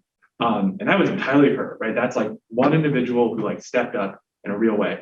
And so as far as like what our role is on the board, we have a responsibility to make sure that we are maintaining the human element of this town. That's on like a base level. But then as a board, we are also policymakers. And I really believe deep down that one of the policies that we should be promoting is being leaders in how we treat our people. And so if I really believe the work that Sally's putting into the HR department is helping that mission and that policy, and having an assistant to expand that and do it better. We should be fully in support of it and fund it fully. Thank you, Ian. What about people like this on the side? Tim? Unless you want to jump in. Sure. I Oh, mean, yeah. all I want to say is, I was thinking just along those lines, Ian, and it is, it's so much about the people that helps this town run. And I'm really interested in this journey of, okay, well, Sally came in, we didn't know a lot about what the position would be or what it would take to come into compliance, and then to manage all the turnover that you've managed in the last 2 years. And then, the realization that the role is maybe bigger than one person, I think is fine and entrepreneurial. We said we wanted to try something. And I love that you mentioned valuing our people, right? And so I think this would be a good investment to further that cause. Thanks, Tim. Should I go? Or you want to Please. bounce back and forth? No. You know, I just struck out a couple of my comments because you guys have already said it very well concerning employees, concerning Sally. I do have to say that I'm proud to say that I was one of the board members that voted for your position to come in. It was definitely a huge hole in our taking care of our employees, which is so important in the role a town and a select board plays. And Sally, I just have to again sing your praises because I've seen one-on-one, especially most recently in the town manager search process. You were key to getting us to where we got, which we are crossing fingers and really feeling very good about, I think, at this point. So I think, you know, as the someone who's getting used to some 4-1s, I can definitely read the room if I was going to try to throw a wrench in this situation. I do, however, want to make a request of Peter and throw out a provocative question, just because it always is my way of getting people to think on all the sides of the issue. So Peter, I'll turn to you and ask you, back when we were considering Sally's position, which I'm so happy that we've instituted and we have Sally with us, we asked for a report with comparable towns, maybe, I can't remember if it was regional or just Vermont. We asked for, I think Patrick prepared a report, just sort of comparing something, some comparisons of FTEs, size of towns, that kind of thing. And if you could just dust that off, it would be great to just look at that. And then kind of also see how big those departments are, because I think back then, the whole point was just to say, oh my gosh, we should have had an HR person, if not a department, years ago back then. So I just thought it would be instructive just to make a full informed decision. And I want to ask you the provocative question now, Sally, is could this be part-time as a trial? You know, Peter and I had that conversation, and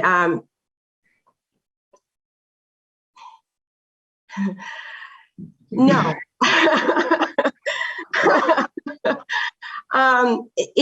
It wouldn't, it would add a small amount of value. Again, I'm trying to think of what yesterday was like. And if there was someone in the office only 20 hours a week, I think it would just be a lot of,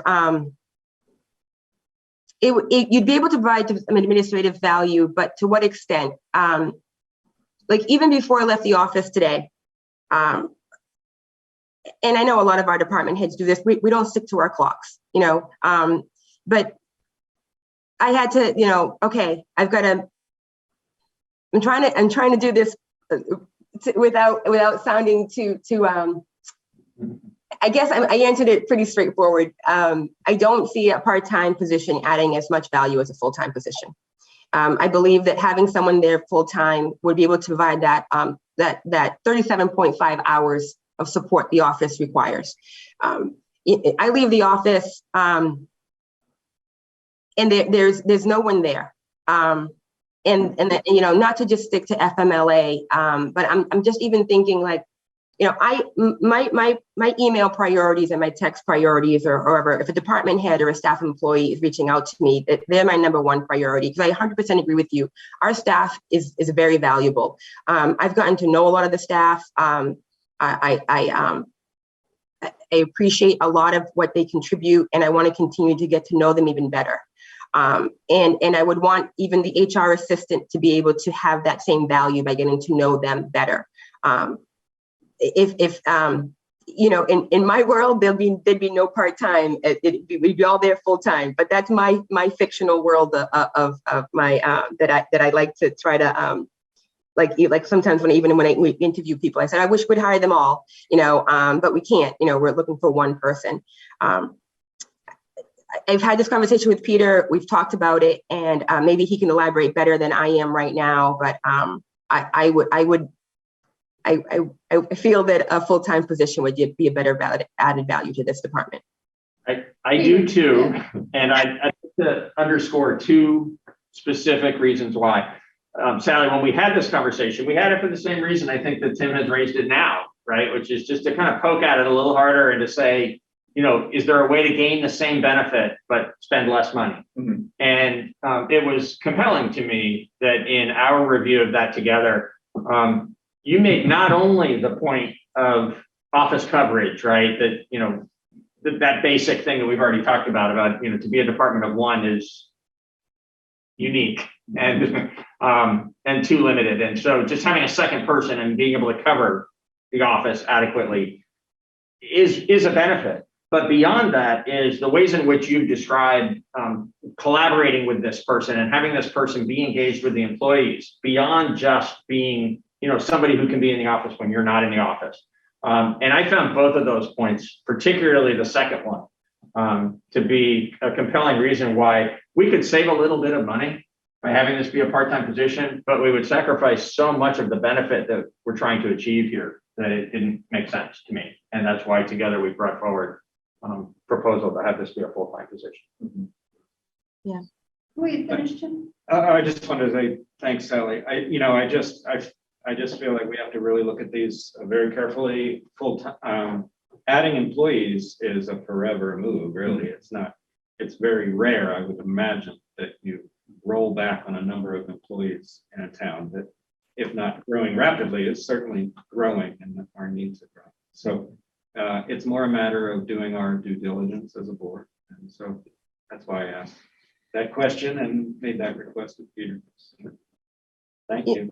Daniel?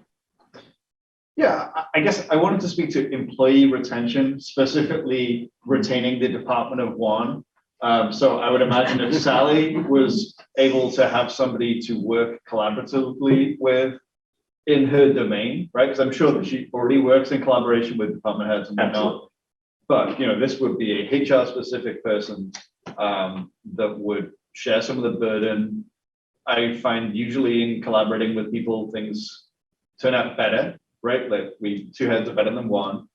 And, you know, if we want to retain Sally, and it sounds like we do, you know, it sounds like people are pretty excited about her work, that we should support her department.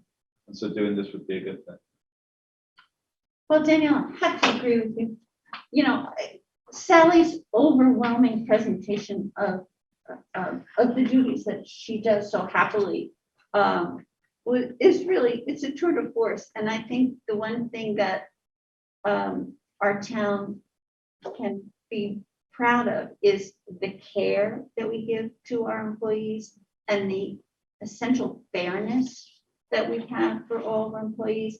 And that's Sally's work, you know, and the IDEA committee and the union contracts, and, you know, we just heard the tip of the iceberg.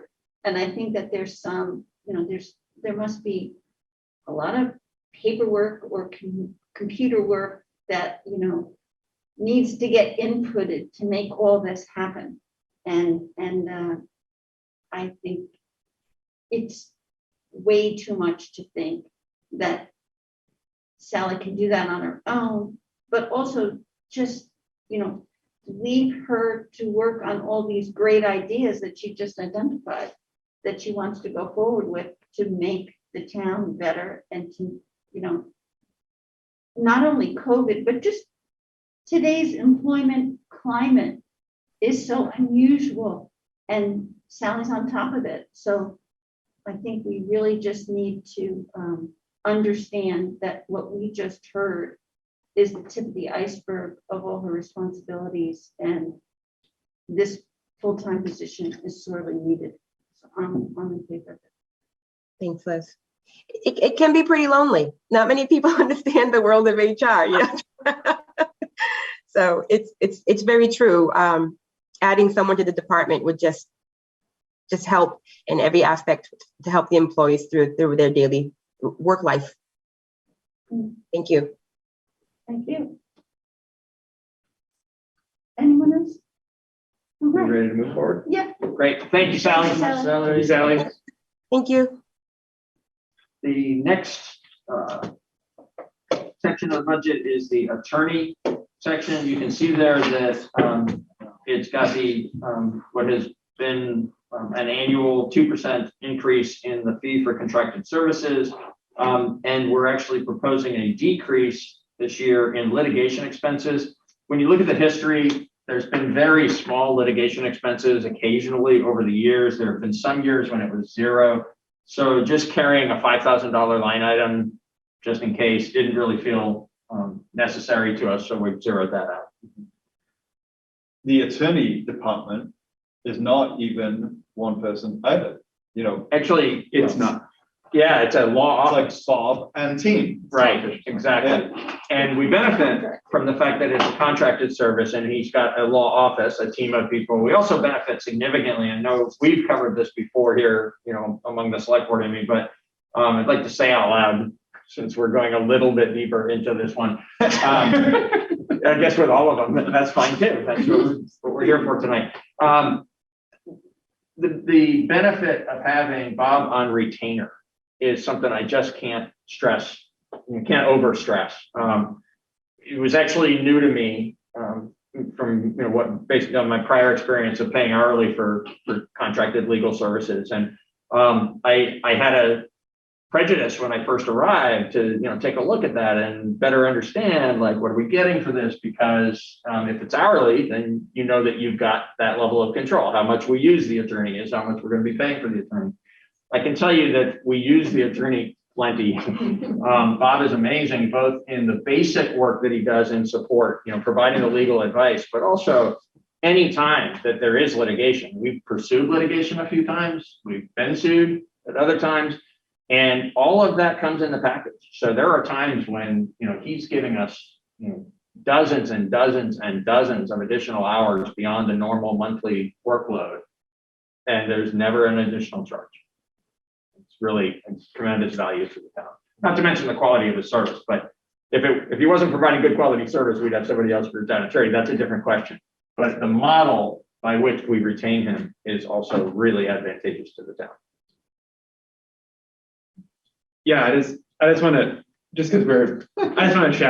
shout out Bob. I just appreciated all of the work that he's done, and I'm just very grateful that he's continuing to be, his office continuing to want to be our town attorney. And I think I completely agree. I think it's just such a great service, and the setup it's just incredible to be able to bounce things off of him, and having that legal support is like it's a great asset to the work that, especially the work we do on the board. So absolutely. I'm going to make a brief reference to the town clerk's budget before we move on to the others we're going to cover tonight, just because I want you to know of a correction that's necessary in the history in that section, so that as you prepare for the discussion with Hillary 3 weeks from now, you'll have the right numbers in front of you. So if you look at the actual 2021 column, go down about halfway through, and there's a number 14,285. Mm-hmm. Unfortunately, from there down, inadvertently in the preparation of the budget document, those line items each ended up one higher than where they belonged. So that records restoration line item was actually 0 in 2021. Computer and land records was 14,285. And then that same adjustment carries on all the way down to the 3434 belongs at office supplies, not at postage. So if you can just make that adjustment for yourselves, you'll be able to see the everything that's in this year's budget, FY22, and the proposed FY23 is accurate. But if you're looking at the 23 proposal compared to the prior year actuals, you needed to have accurate actuals in front of those. So copier expense didn't triple in that one year. That's exactly right. Peter, Yep. let's take our break. Sure. All right, let's come back at 10 after 8, please. Thank you. All right, Welcome back, everyone. And let me just note to the public that if there's items on the budget that they would like to discuss, just raise your hand and we'll see you and take your questions. We'll be happy to. But otherwise, we're just gonna let Peter run the gamut. All right, and we'll resume on page 7 with general services. And as its name suggests, this is a catch-all place. This is where we pay the board salaries and the BCA salaries. It's where the town's membership in VLCT is paid for. It's where we have general line items for professional services and administrative services that pay for consultants for various purposes throughout the year. And a variety of other things show up here. So one of the big changes in recent years is the change that was made last year. There had been a recurring annual discussion about the compensation for the select board. Last year, a representative town meeting increased that pay to $42,000, and I should say very clearly $42,000 for the aggregate of all of you. Yes. Not to be misunderstood there.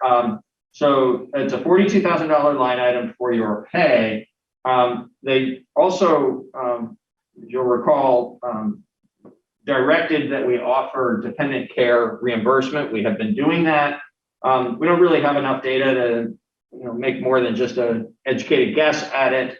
And there wasn't a budgetary figure for that last year, but our thumbnail estimate for that is that it might cost about $4,000 a year. That's obviously going to be really dependent upon how many people participate in it and how long the meetings go and how many special meetings you might have and so on. So, so that's, it won't be a number that's going to make a significant difference in the overall budget in any case, but we propose that there be a line item of $4,000 for that. As you look down through the rest of the line items, there are small changes at equipment maintenance and software licenses. There's a very large change at technical services because this is where in the current year we have $90,000 for the website and community engagement project. And then we reduced that back to $15,000 for the proposed FY23 funding. At GIS mapping and online permitting, we have an overall increase of $10,000, but we're reducing online permitting by 5 and then asking for a new line. We're reducing GIS mapping by 5 and asking for a new line item of online permitting for $15,000. That's a program that will be used by multiple departments to make their services much more convenient to the public. I think that's great. Small, just get a question about GIS. Sure. Please. So these are services that are used across multiple departments. Correct. So that's why they're showing up in general services. Okay, and so this GIS mapping is not only used by planning. That's correct. So historically, we also did charge, and I think still do charge some to planning because of the particular focus of this work in that department. But then there's also GIS applications that are used by the whole town staff. So that's why it shows up in general services. All right. Small increases for auditing per the contract and for telephone, just based on historical expenses there. We were under budgeting that a little bit the last couple of years. So we proposed a $2,500 increase for next year and postage. Nothing too extraordinary going on here. It seems like phone bills in general across this budget have increased. Has the town ever looked into like alternative phone systems? Like my organization recently did a big switch over to like a voice over internet based phone system, which has been good for us in terms of cost and also, I don't know, we sort of modernized our phone system a little bit. Yep. So what's driving the increase in telephone costs is not the landlines. Okay. It's that we are providing cell phones to more employees because there is a need for more employees to have a cell phone. So we've implemented a policy where we provide a cell phone to many employees. To an employee who we think needs to be carrying one, if they choose to receive a stipend from the town instead of an actual phone, that's an alternative that's available to them as a matter of equity. since we're providing phones to their peers, we provide cash if they choose to just use their own phone. So that's been implemented in the last year or two. And so this is the first year that that's hitting the budget, and that's why you're seeing some increase in the telephone lines. Is that a COVID thing? Like, do more people need phones because We- they're working alone? We realized it Mm. more fully because of COVID. It was actually a situation we had recognized emerging. We addressed it more assertively once we realized the impact that COVID was having on connectivity. We had situations in some functions of town government where we had frankly allowed it to go on too long, that we were relying on employees to carry their own personal phone and remain connected. You know, we had an expectation, we need to be able to reach you in the middle of the night if necessary. You know, make sure you have your phone, but it was their phone. And it's really, when we have that expectation with an employee, we ought to be providing the phone. So we do now. Patrick. Yeah, I just want to add a little bit more to what Daniel had asked about. You had mentioned that the organization you work for had transitioned to voice over IP and that had provided some cost savings. It also provided better functionality. Both of those things were true here at Town of Brattleboro just before Peter had arrived, so maybe 8 years ago in that time frame. And if you look, if you were to look back, we were spending significantly in excess of this budgeted number back then. It was up around $27,000. So I mean, we saved a considerable amount of money by switching over to voice over IP. And we've actually vastly improved the quality of the phone system across the entire town network by being able to actually utilize town telephone equipment in one location, actually in multiple locations, which has reduced the amount of telephone infrastructure that we need to maintain and replace. Because, for example, the library is actually part of the municipal center's phone system, and so is Rec and Parks. So there's ways in which there have been some of those improvements that you were asking about. What Peter said is also addressing some of the cost increases. Great. Thank you. Anything else on general service? Risk management. This is a nice one this year. We had increasing. You don't see it very much here actually because it had plateaued the last couple of years. If you go back to 14, 15, 16, 17, we were having dramatic increases in the cost of workers' compensation. We recognized that the first time that we did the comprehensive review of town operations, that was actually one of the key findings, that we had something that was a large cost that was escalating out of control, and we needed to address it and needed to address it aggressively. We did that through a number of different things. We've been through that before. I won't belabor the details of that, except to say that by the time we got to what's shown on this page in 18, 19, 20 timeframe, it was stabilizing. And now this year it's actually able to go way down. So we're showing it as a $105,000 reduction in the proposed budget. General liability is essentially flat, up $8,000, and small decreases in occupational health and the insurance deductible. Lanning will be here 3 weeks from tonight, so we'll present to you then. Looking at employee benefits on page 8. There are incremental increases in Social Security and employee retirement. There's a calculated increase in health insurance, rounded off to a round number, but calculated based on what we know of the increase from the action that you took a month or so ago. And there's a few relatively minor adjustments there. The HRA expense is the one other significant change, and that you'll recall is because we're taking on a bit more HRA exposure. So in order to reduce the amount of the increase in the premiums that show up in the health insurance line item, we increased the HRA layer, and so our exposure there, our budgeted exposure has gone up from $215,000 to $266,000. You can see in the history we did have one bad year in 2021. when we exceeded the budgeted amount for that line item, but we have mostly come in comfortably under. It's been 215 for quite a while. Bonds and notes? Nope. What's the story with dependent care administration? Not so much what's the story, what is dependent care administration? And then furthermore, what is the story?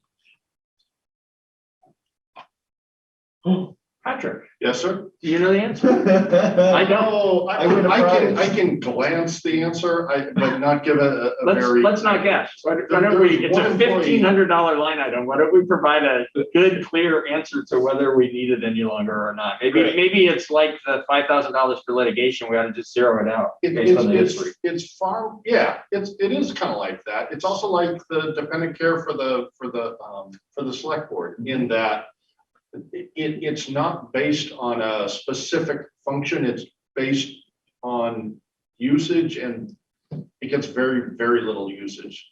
So What is it? So we have a policy of providing reimbursement for dependent care? Oh, No, we don't. That's why I'm not able to answer the question. I want to be careful that we don't go too far down a road of guessing. Well, I'm glad I brought it up. It's for the benefit of the public who's watching. I want them to know this is an item that has had a spending history of $240 in 1 year and $240 in the next year and $144 the next year after that, then zero. But we've been budgeting $1,500 for it, and it is the definition of insignificant in terms of a town expense. Maybe we ought to show it as zero. Yes. But we also ought to be able to tell you what it is if it Except shows the up fact in the that budget. It could be, like depending care for town meeting, things like that, which is gonna be renewed. I'll find out, but I don't think No, it's let's not that. guess. Yeah. I don't think it's that. Well, if we don't need it, let's zero it out. Someone give Daniel a gold star. Thank you.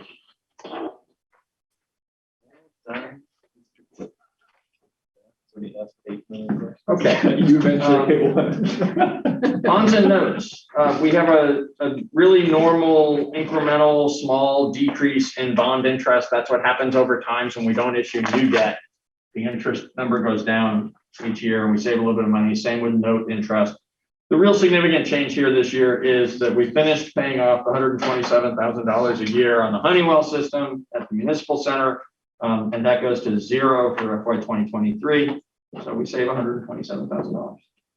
I have one quick question. Sure. When we pay on our bonds, do we pay against the principal, or are we paying the interest off each year and then hitting the principal with whatever's left? Nope, we pay an even amount of principal each year. Unlike most personal borrowing and some institutional borrowing, instead of having an equal payment every year for the term of the debt, we pay the principal in equal amounts. And then because of that, the interest that's owed on the remaining principal goes down over time. Okay. It's actually a really good system. This is another one that was an eye opener to me when I first arrived in Brattleboro, because I had seen it done more like a household loan or Like a mortgage. like a mortgage, like a car loan, where it's an even expense. You make a borrow and then you pay it off in equal increments over the many years. What this does, and when I first saw this, I thought it was kind of odd. It makes that first year a bitter pill to swallow. But what happens then is every year thereafter, it gets easier and easier to pay, which opens up some room to be able to afford the next time you need to borrow for something. It's actually, I think, artful and Is useful. there a name for this process? There probably is. I don't know a name that would distinguish the one from the other, but the long-standing practice in the town has been to pay an equal amount of principal each year and allow the steady decline of interest over time. Great. Human services, we have a placeholder. It is a placeholder in the exact amount of 1.4% of last year's budget. So it meets the standard that was established by representative town meeting. The Human Services Committee of Representative Town Meeting is meeting. They have not quite completed their work, but they're well along in their process. At some point, they will be presenting to you their specific recommendations. Right now, it's a single line item as a placeholder. And they were working with that number as their total amount That's correct. available to spend. That's correct. It is my understanding from the committee that they will bring to you a recommendation for how to divvy up 275, 576. Wait now. So, because this was the big confusion last year, it's like some organizations asked for X Yes. and got X plus.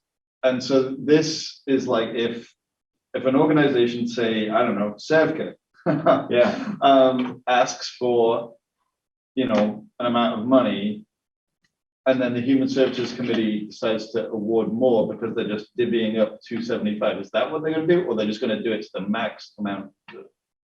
I believe that the discussion at last town meeting was to rectify that Yes, confusion I hope so. and say you have 1.4% of the budget.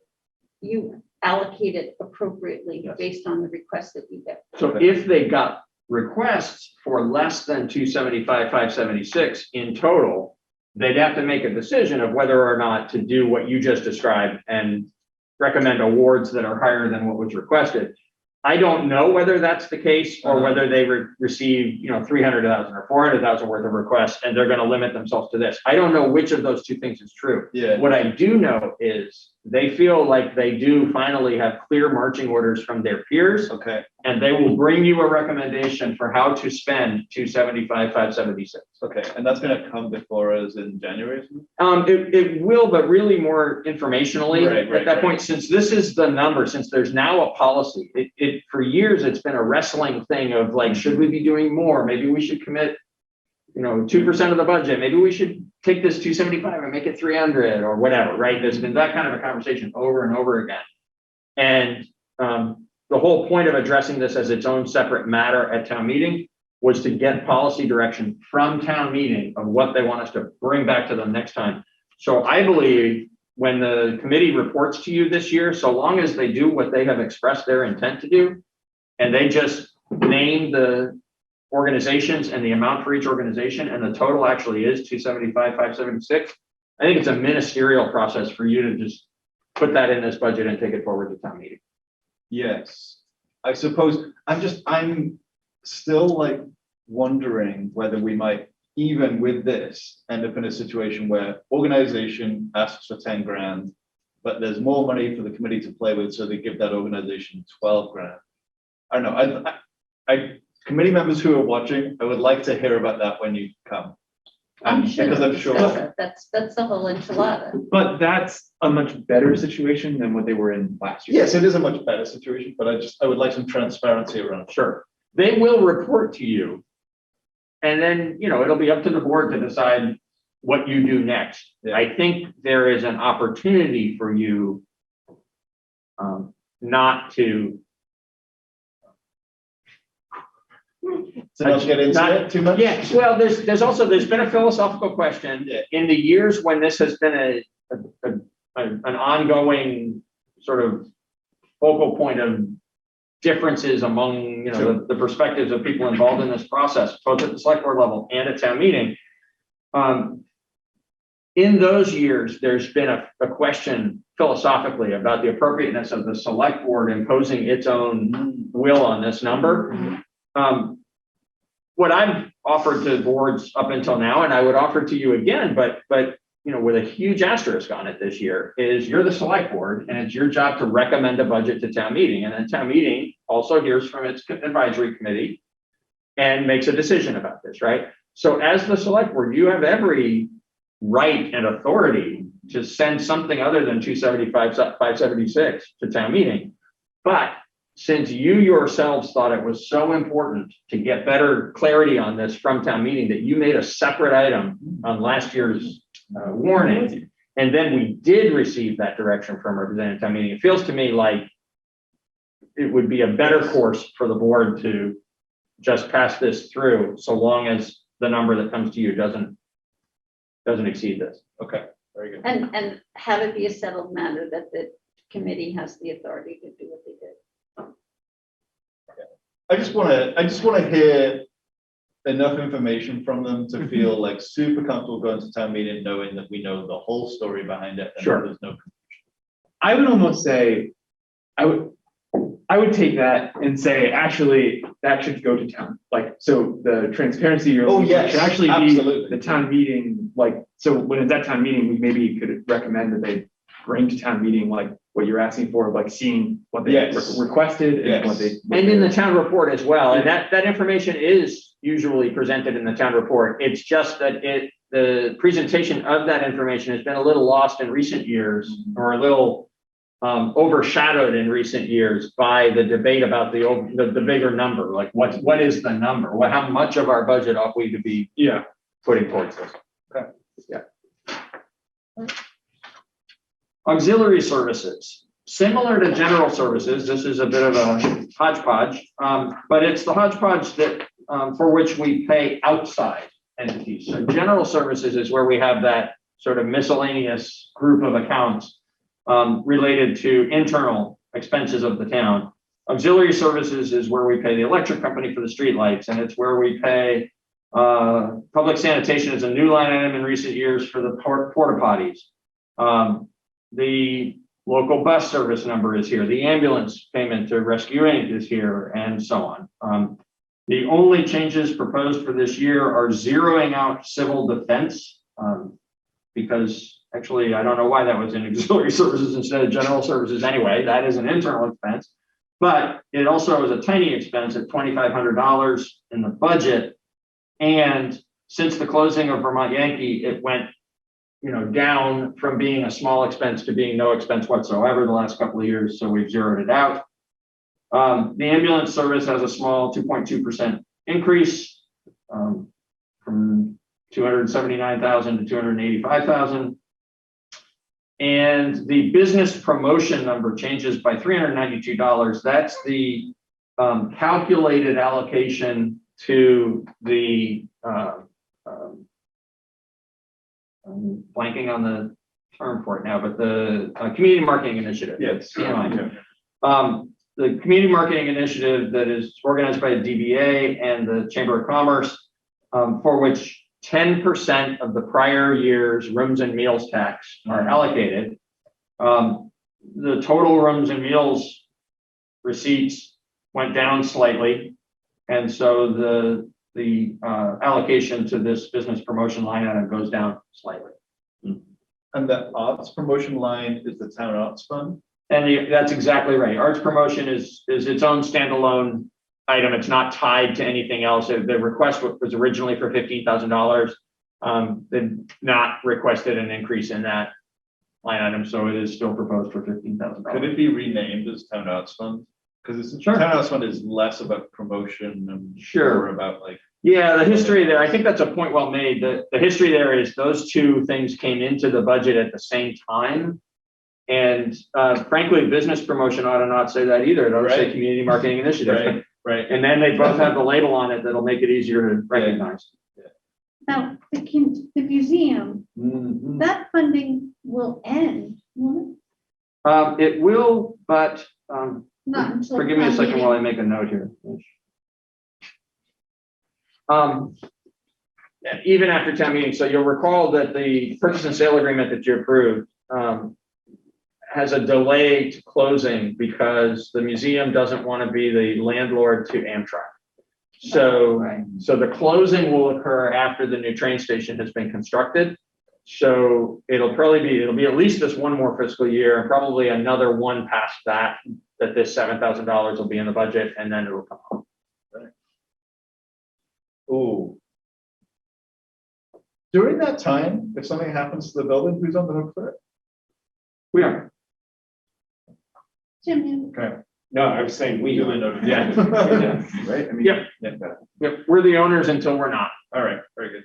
Makes sense. Which is actually exactly why, what the museum said is, look, hopefully nothing bad happens, right? But if something happens in that Amtrak space, they just didn't, that was a headache that people who operate a museum didn't want to have. Yeah, I get that. To be dealing with Amtrak and be dealing with the necessity of investing funds in some kind of a remedial something at that location.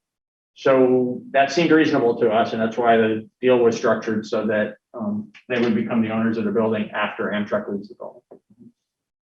Is public sanitation porta potties? Yes. And have we been feeling like the number that we have is sufficient? I think that's fairly debatable. I do think it is appropriate. You know, we've had discussions here, y'all have had discussions, your predecessors have, about trying to make a more permanent, you know, put permanent public bathrooms that are freestanding buildings in a few different locations downtown. Would that be 3? I don't know. Might be 2, one at each end of downtown. You know, you wouldn't plunk one necessarily right in the center. I don't know. Could we put out, you know, 5 or 6 and better meet the need? Yes, but I believe there is a need that is being met and adequately met.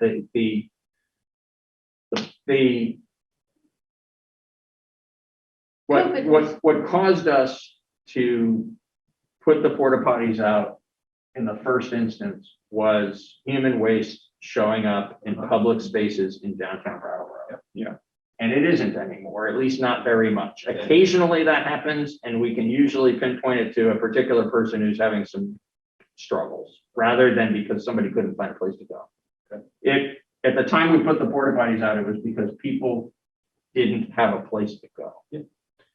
And does the 10 grand allocated to public sanitation also cover the Sharps collection that was kind of coupled with it? Yes, to the extent that it funds that program. Yeah. So the Sharps boxes that are there, I mean, we've had some issues with those over time. We had to beef them up at one point. Yeah. I haven't actually heard any issues about it this past summer, so I think maybe we solved that at least for now.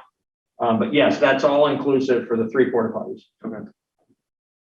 And That the might expenses, change when COVID's over. Well, and that's what I was kind of thinking is just, right, like as we're. Is that what you were gonna say? no, it isn't what I was gonna say. What were you gonna say? Oh, no, go ahead. Oh, no, I was just thinking, it's like right now thinking about as we go, you know, in the winter now, maybe next summer, maybe we're in a place where this pandemic isn't where it is now.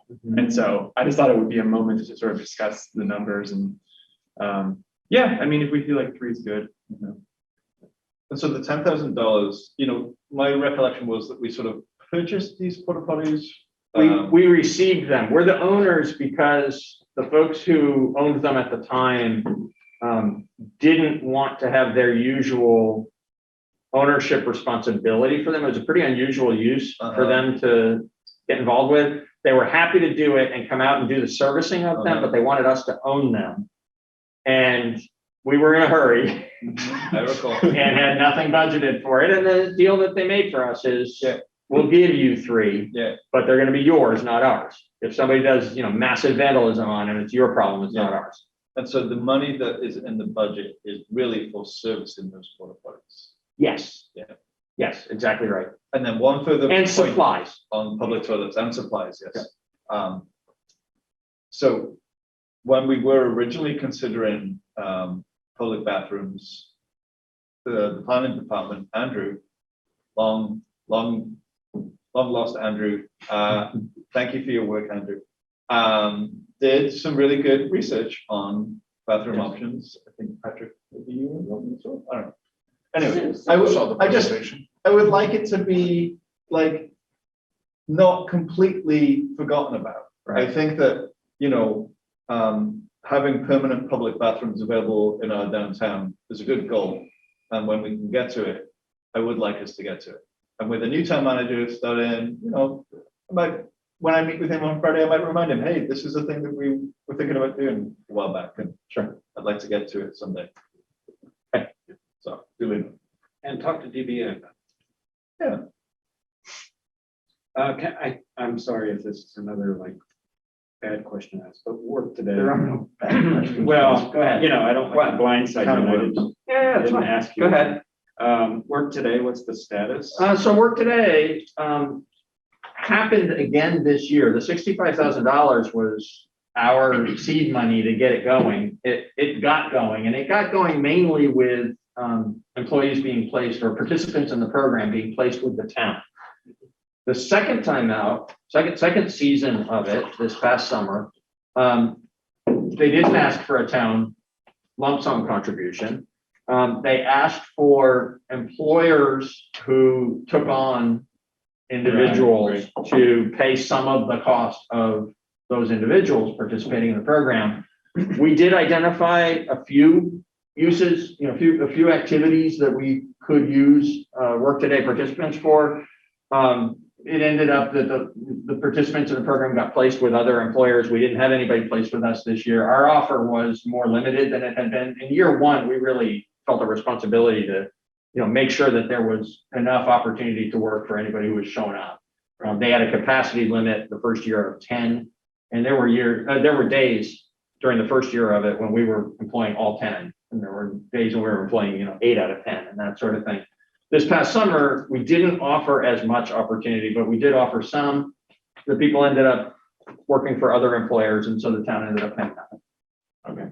I'm feeling in a weird situation where half of me wants to get an update and kind of see how the town can assist, and the other half doesn't want them to ask us for money. So I'm just.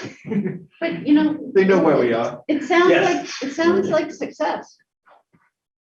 Yeah, on a limited basis. If other people hired their clients, then that's a success. Yep, I agree, and the thing I want to be careful about is I don't know the details. What I know is the town didn't end up engaged in the program this year. I don't know how many people participated and how many employers participated and how that all worked.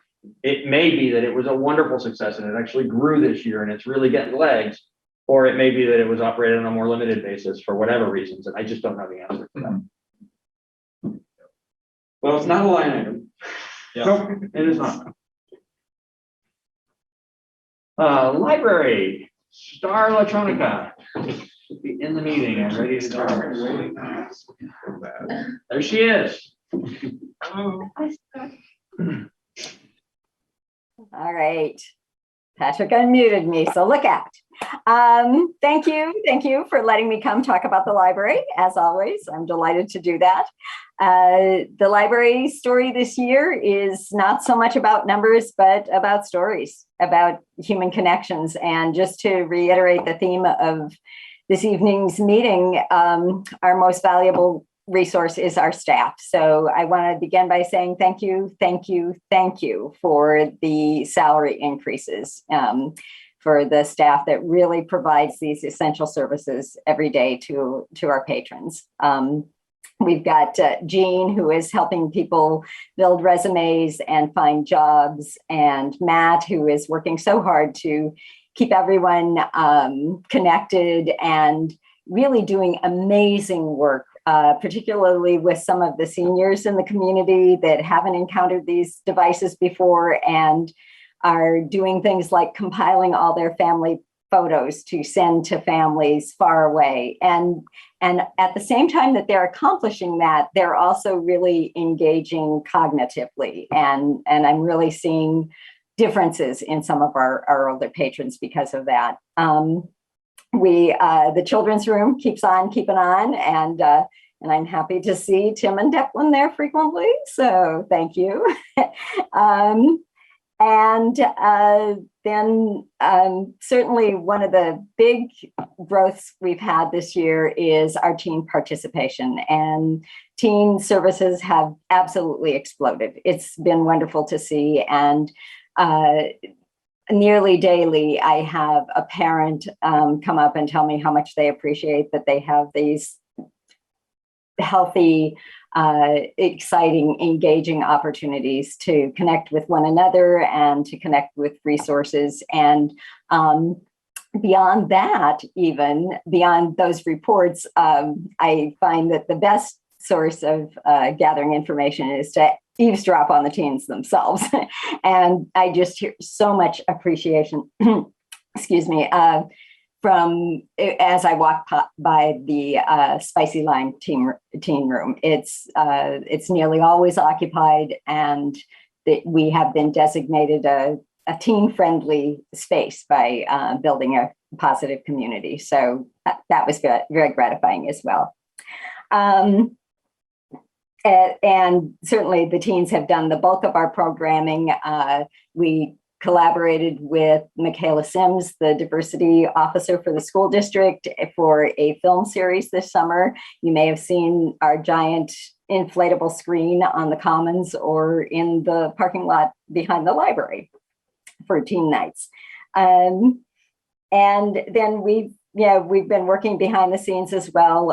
A lot of work with our DEI efforts to develop our collection in all three areas, in the teen section, the children's section, and the adult section. So we're working with that. And then also, speaking of collections, we still have a robust interlibrary loan, excuse me, service. Hang on. Interlibrary loan service that brings books from far afield on very eclectic subjects that this community really thrives upon. And then we're very excited to be moving forward to work with any refugee families that come and to support the agencies that are also supporting them. And I'm happy to report that we will be the beneficiaries of a welcome library. I'm Your Neighbor Library, which is a special program instituted by Kirsten Cappy, whose dad was Jim Cappy and whose mom is Annette. And she's donating a special collection of children's books that will celebrate diversity and welcome people from around the world. And so she'll be donating that to the library in honor of her father. So again, thanks for supporting the staff. Thanks for supporting the library. And I do have a special surprise for you at the end of the budget questions. So don't let me sign off without telling you the surprise. Okay. We shouldn't even ask any budget questions. I think that might start a new tradition of department heads bringing surprises. Questions, comments? Comments? Not a question. Daniel. God bless the library. It is, a really important part of our community, if not one of the most important parts of the community.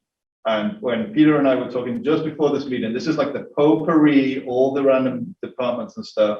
But the library is not random. We do not think of the library as like some random little thing. Correct. It is a scheduling matter why you're in this potpourri. So I just want that pointed out for the record. And yeah, the library is invaluable. What price could we put on it? I'd say 715,000. So I really appreciate the work that you and all the staff do, and I know that members of the public engage with you in various ways, and for that I'm grateful. I also went to the Norman Williams Public Library in Woodstock the other day, and I was shocked that I had to walk around the corner to go to the bathroom. So thank you for having bathrooms that I can access. Appreciate it. That's all I gotta say. Budget seems fine. They're nice bathrooms, Chuck. Anyone else? Well, I just want to heap on praise, Star, for you and your whole staff, and especially because we've all heard about an unpleasant situation that happened the other day, and by all accounts, it was handled very well, not only by your staff, but your staff took the time to correct some misconceptions on social media about police response and praising their response. So it's just really heartening that you're taking care of people in so many more ways than just providing books and DVDs. We all appreciate that. Thank you. We're all nodding. Jessica, did you want to say something? All right. Star, the surprise? Oh, the greatest. So, but very for our surprise. all right. So let me see if I can do this well with the camera. This is You are seeing the very first of our brand new library card. This is a library card that we worked with Eileen Cristallo, a nationally known illustrator, to develop a special library card for kids, although there is no age limit. If you would like one, you can get one as well. But this is the first time the public is seeing this art, and these cards will be available beginning tomorrow morning at the library. And really, honestly, there is no better gift for the holidays than a library card, because you can use it year round and it's all yours. You get to make the decisions, and guess what? It's all free because it belongs to all of us. That's my kind of Christmas. Wow. Yeah. I know one almost 4-year-old is gonna love that stuff. Well, I definitely want a new card. Thank you, Star. Thank you, everyone. Thank you for your support. Thanks, John. Well, solid waste. There's No segue. But there's some good news embedded in the solid waste budget, which is there are some things that are increasing, as you can see, mostly small incremental increases kind of across the whole budget. But one substantial decrease. So the net impact is basically flat rather than an increase in solid waste. We spend almost $900,000 a year on these services. And what's going down by $25,000 in this budget is the tipping fee for recycling. And this has been a real nightmare over the last 4, 5, 6 years. The international market in recycled products, or in the processing of recyclable products, the international market for those materials collapsed. Everything was going to China. China then decided it wasn't going to take things, and it was going to charge a lot more money, and it just got to be a real problem for the entire industry. The situation in China has stabilized, and I don't know really what that portends for the longer term in terms of, you know, there's all kinds of issues around this if you're in the solid waste business around, you know, ways in which there might need to be some modifications in our expectations of, you know, what gets recycled and how, because of the costs that are involved in recycling products. But for now, an item that had been spinning out of control, and really out of control, like you know, in contrast to the workers' comp conversation we just had, you know, that was something that was in-house, and we needed to pay attention to it, better attention to it, create some better practices around it. This is completely beyond our control. It costs what it costs to send our recycling away, and that cost is going down. So, And why is there no history? because it used to be a separate fund until last year's budget. For transparency, we brought both the revenues from the bag sales and the container sales and these expenditures into the general fund budget, rather than what had been just a one-liner transfer to solid waste from the general fund. Which was like the net of. Which was the net between the two, exactly. Yeah. Yep. Well, one quick question and a comment. Refuse bags are the bags, right? Correct. Our This is the cost. purchase of the bags. Which would be offset by income in the sales in theory. The sales actually far exceed the cost of the bag, because the sale of the bags is what pays for the collection and disposal of the garbage. Correct, right. But I just want to note that that's going up 5,000, effectively like killing some savings in the tipping fee savings, right? Yes. Well, not really killing. It's a $5,000 increase in that line item and a $25,000 decrease in the recycling. So, yeah.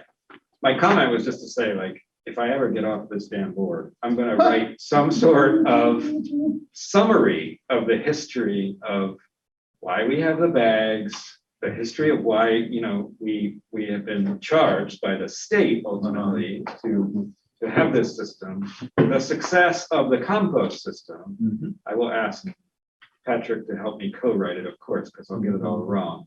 But I feel like this is something that I explain to people almost monthly.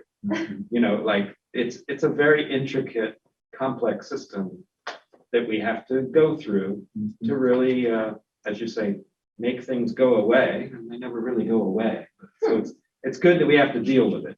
But I swear, as far as constituent needs and inquiries, this has got to be at the top 5 of what I get. I'm not sure about everyone else, but it's a fascinating sort of big story, which has never really been put together with one narrative. Say that I'm willing to take that on at some point. I see a newspaper column. Yeah, but it's much too big for that. It's a 5 New York Five parts. Yeah.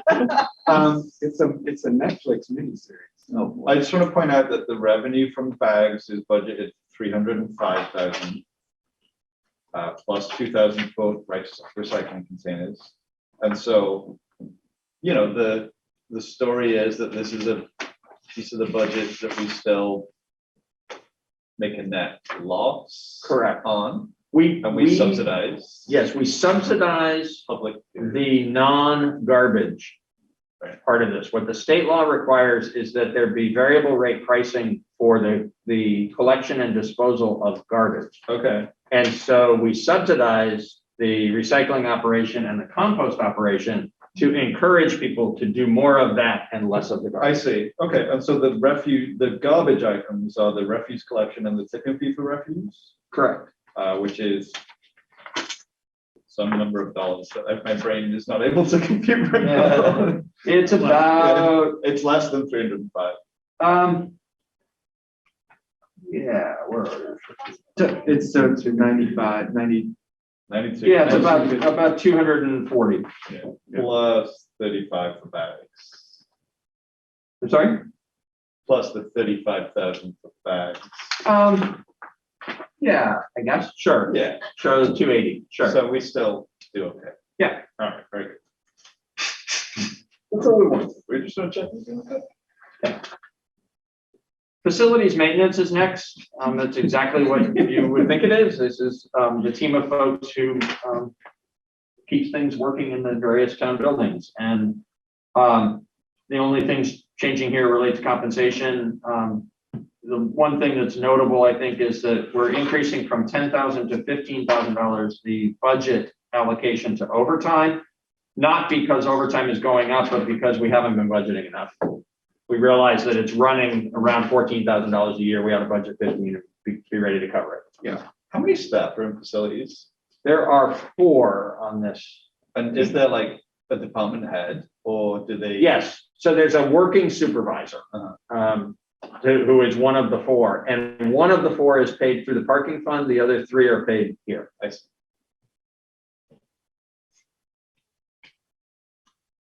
Ready to move on? Yeah. Okay. Municipal center. Very small adjustments in a couple of the utility related accounts. Otherwise, this is flat. And the salaries moved to where? The salaries, this is what was paid to one of those 4 people before we consolidated the facilities maintenance team into a team. There used to be one at the municipal center, one at the Gibson Aiken Center, and one that was like parking garage and kind of floating. We created a 4th position and had the team become responsible for everything. We needed to, the driver of this was when we put the police station online, we would need a 4th person to perform this function at that building. And we looked at the function and we said, geez, this is a group of people that are all extremely busy and sometimes can't do a task alone. And when they confront something they can't do alone, they have to ask the other 3, hey, could you give me half a day? And there was this really consistent process of negotiating with one another about who was busier than who else and whose priority was the higher, whose task was the higher priority. And they were all really good about trying to help each other out, but it was a lot of wasted time and effort and stress to have to organize it that way. So we created instead this team of 4 people, one of whom is, one of the 4 and also the supervisor of the team. And they're really effective at how they now can coordinate and do things collaboratively and separately, depending on what's going on. Municipal center, in the same vein as we were asking about the museum line. Can of worms. like, at some point, if we do end up transferring ownership of the municipal center, this whole bit of the budget would disappear. It does. The devil will be in the details, and we can't begin, not because it needs to stay confidential, because unfortunately there isn't a story to tell yet. But once there starts to be a story to tell about how that project, can and will move forward, the details of that are going to determine the relationship between an ongoing expense for the town and this annual cost. I guess I would ask you to keep in mind when that day comes that this annual cost is the very minimum cost of operating a outdated and not well cared for building. It is historic. It is extremely special, and it needs the love that we're working on giving it. And it's going to need a creative arrangement to be able to afford to be able to accomplish that. And so that's what we're working towards. What we've been doing in the meantime is nursing an old facility in disrepair along without investing anything more than the absolute minimum necessary, because we don't want to put good money into the building and then do a big renovation. Except for that HVAC system, that's awesome. Yeah, well, predecessors. And that was Inside also, joke. that was 15 years ago. Just got done paying for it. Just got done paying for it. Okay, Okay, moving on.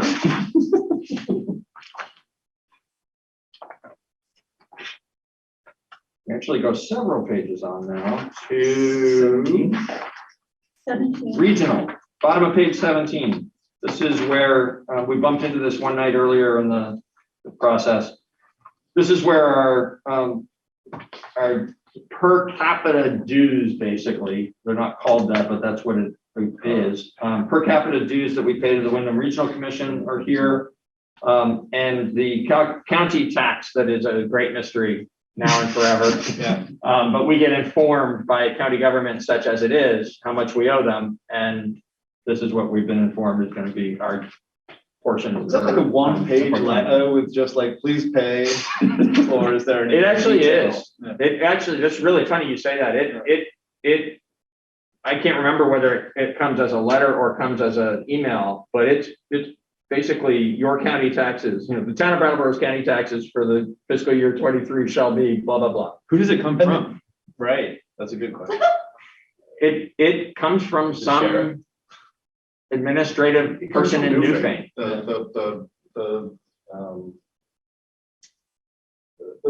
The county court in Newfane. Right. There's some administrative person who, on behalf of, again, the county such as it is, right? There's the county court system, and there's, I think some of the sheriff's costs, but not much. The sheriff mostly operates on the fees they charge to the towns where they're the police department. So I'm not sure who sets the county tax rate. I just know that we get transparency in this piece. Yeah, that is. What's that? We could certainly take some more transparency in this piece. We sure could. Who to talk to when We could invite more transparency. Yes. Yeah. Yes, we could invite. We could demand more transparency. No, I wouldn't say demand. If you want to invite a representative of Wyndham County government to come and appear before you, we can find who. Find out who that is. Even just hearing that though, Wyndham County government, like Sorry? that, just hearing that term, Wyndham County government is like almost like a Because it nebulous. doesn't really exist, right? The majority of their funding comes from the state. There is some amount of funding, I'm sure it's statutorily driven, that they collect from the municipalities, and this is what they tell us is our share. You know what? I smell a campaign like theme. Somebody. If somebody, just saying. Somebody should really pursue this. Let's put it on your sheet, please. Okay. Page 20. Moving on now past the recreational parks items. There's only transfers remaining, and we've talked about the transfer to capital, and we've talked about the transfer to the FFFFF, the fossil fuel. Okay, can we free just settle facility. this right now? How about The 5F fund. Instead of saying F, F, F, F, F and making Yeah, sure. I can support that, Can we just say 5F? especially because What about five F5? begins with an F. F5. I would Sounds rather too much like a not, tornado. because who knows what 5F means. I like the budget line to describe exactly what it is, so that there's no interpretation required. Okay, but colloquially, we can still call. Oh, we it can call 5F. it that. Yeah. But the budget. Yeah, okay. So Let's, the resolution to always say it in full, Would you like to put to a vote? with no pronouns. So those are the two expenditures that we're proposing for FY23. I think it's worth noting that in between FY22 and FY23, the $45,900 transfer to the parking fund is disappearing because it's our expectation that by the time FY23 is happening, either the parking fund will be fully back on its feet, or you'll use some of the ARPA funding in order to keep it on its feet. Well, that's wonderful. Thank you, Peter. Other topics? Are there any other select board comments? Would you mind just resending whatever email it was where you listed what we're doing on every week coming up? I'll be happy to do Lost that. it, In fact, and, if you have an update, I mean, because things shift. yeah, so actually I can say it out loud because Then I we're down to have- just that much. There would have been 3 departments before you next week. Instead, because next week's select board agenda is going to be very heavy. We probably will be here well past 9. I wouldn't be surprised if we're here past 10. And that's without any budget discussion. And so This is December 3rd. with the blessing of the chair and the vice chair, I've moved the 3 departmental presentations that would have been on December 7th to instead be on December 21st. So what we have ahead of us for the next 3 weeks are, a big regular select board meeting agenda a week from tonight. 2 weeks from tonight, to check in on community safety. 3 weeks from tonight, a smaller regular select board meeting agenda, and the planning department, assessor's office, and town clerk's office. 3 weeks is the 22nd. The 21st. 21st. Yes, 21st. Don't leave town on a Tuesday. If that suffices, then that's Yeah, great. If yeah. you'd like me to still send something out, I'm happy. No. Okay. I couldn't find Yeah. the email, but then it's already. And it's changed, so, yeah. Great. Okay, ladies and gentlemen. How about a motion? All right, I move. We adjourn. Great. All right. Jess has made a motion to adjourn. All in favor, raise your hand and say aye. Aye. Thank you and good night. Thank you. Thank you. Thanks, BCTV. Thank you, BCTV. Thanks.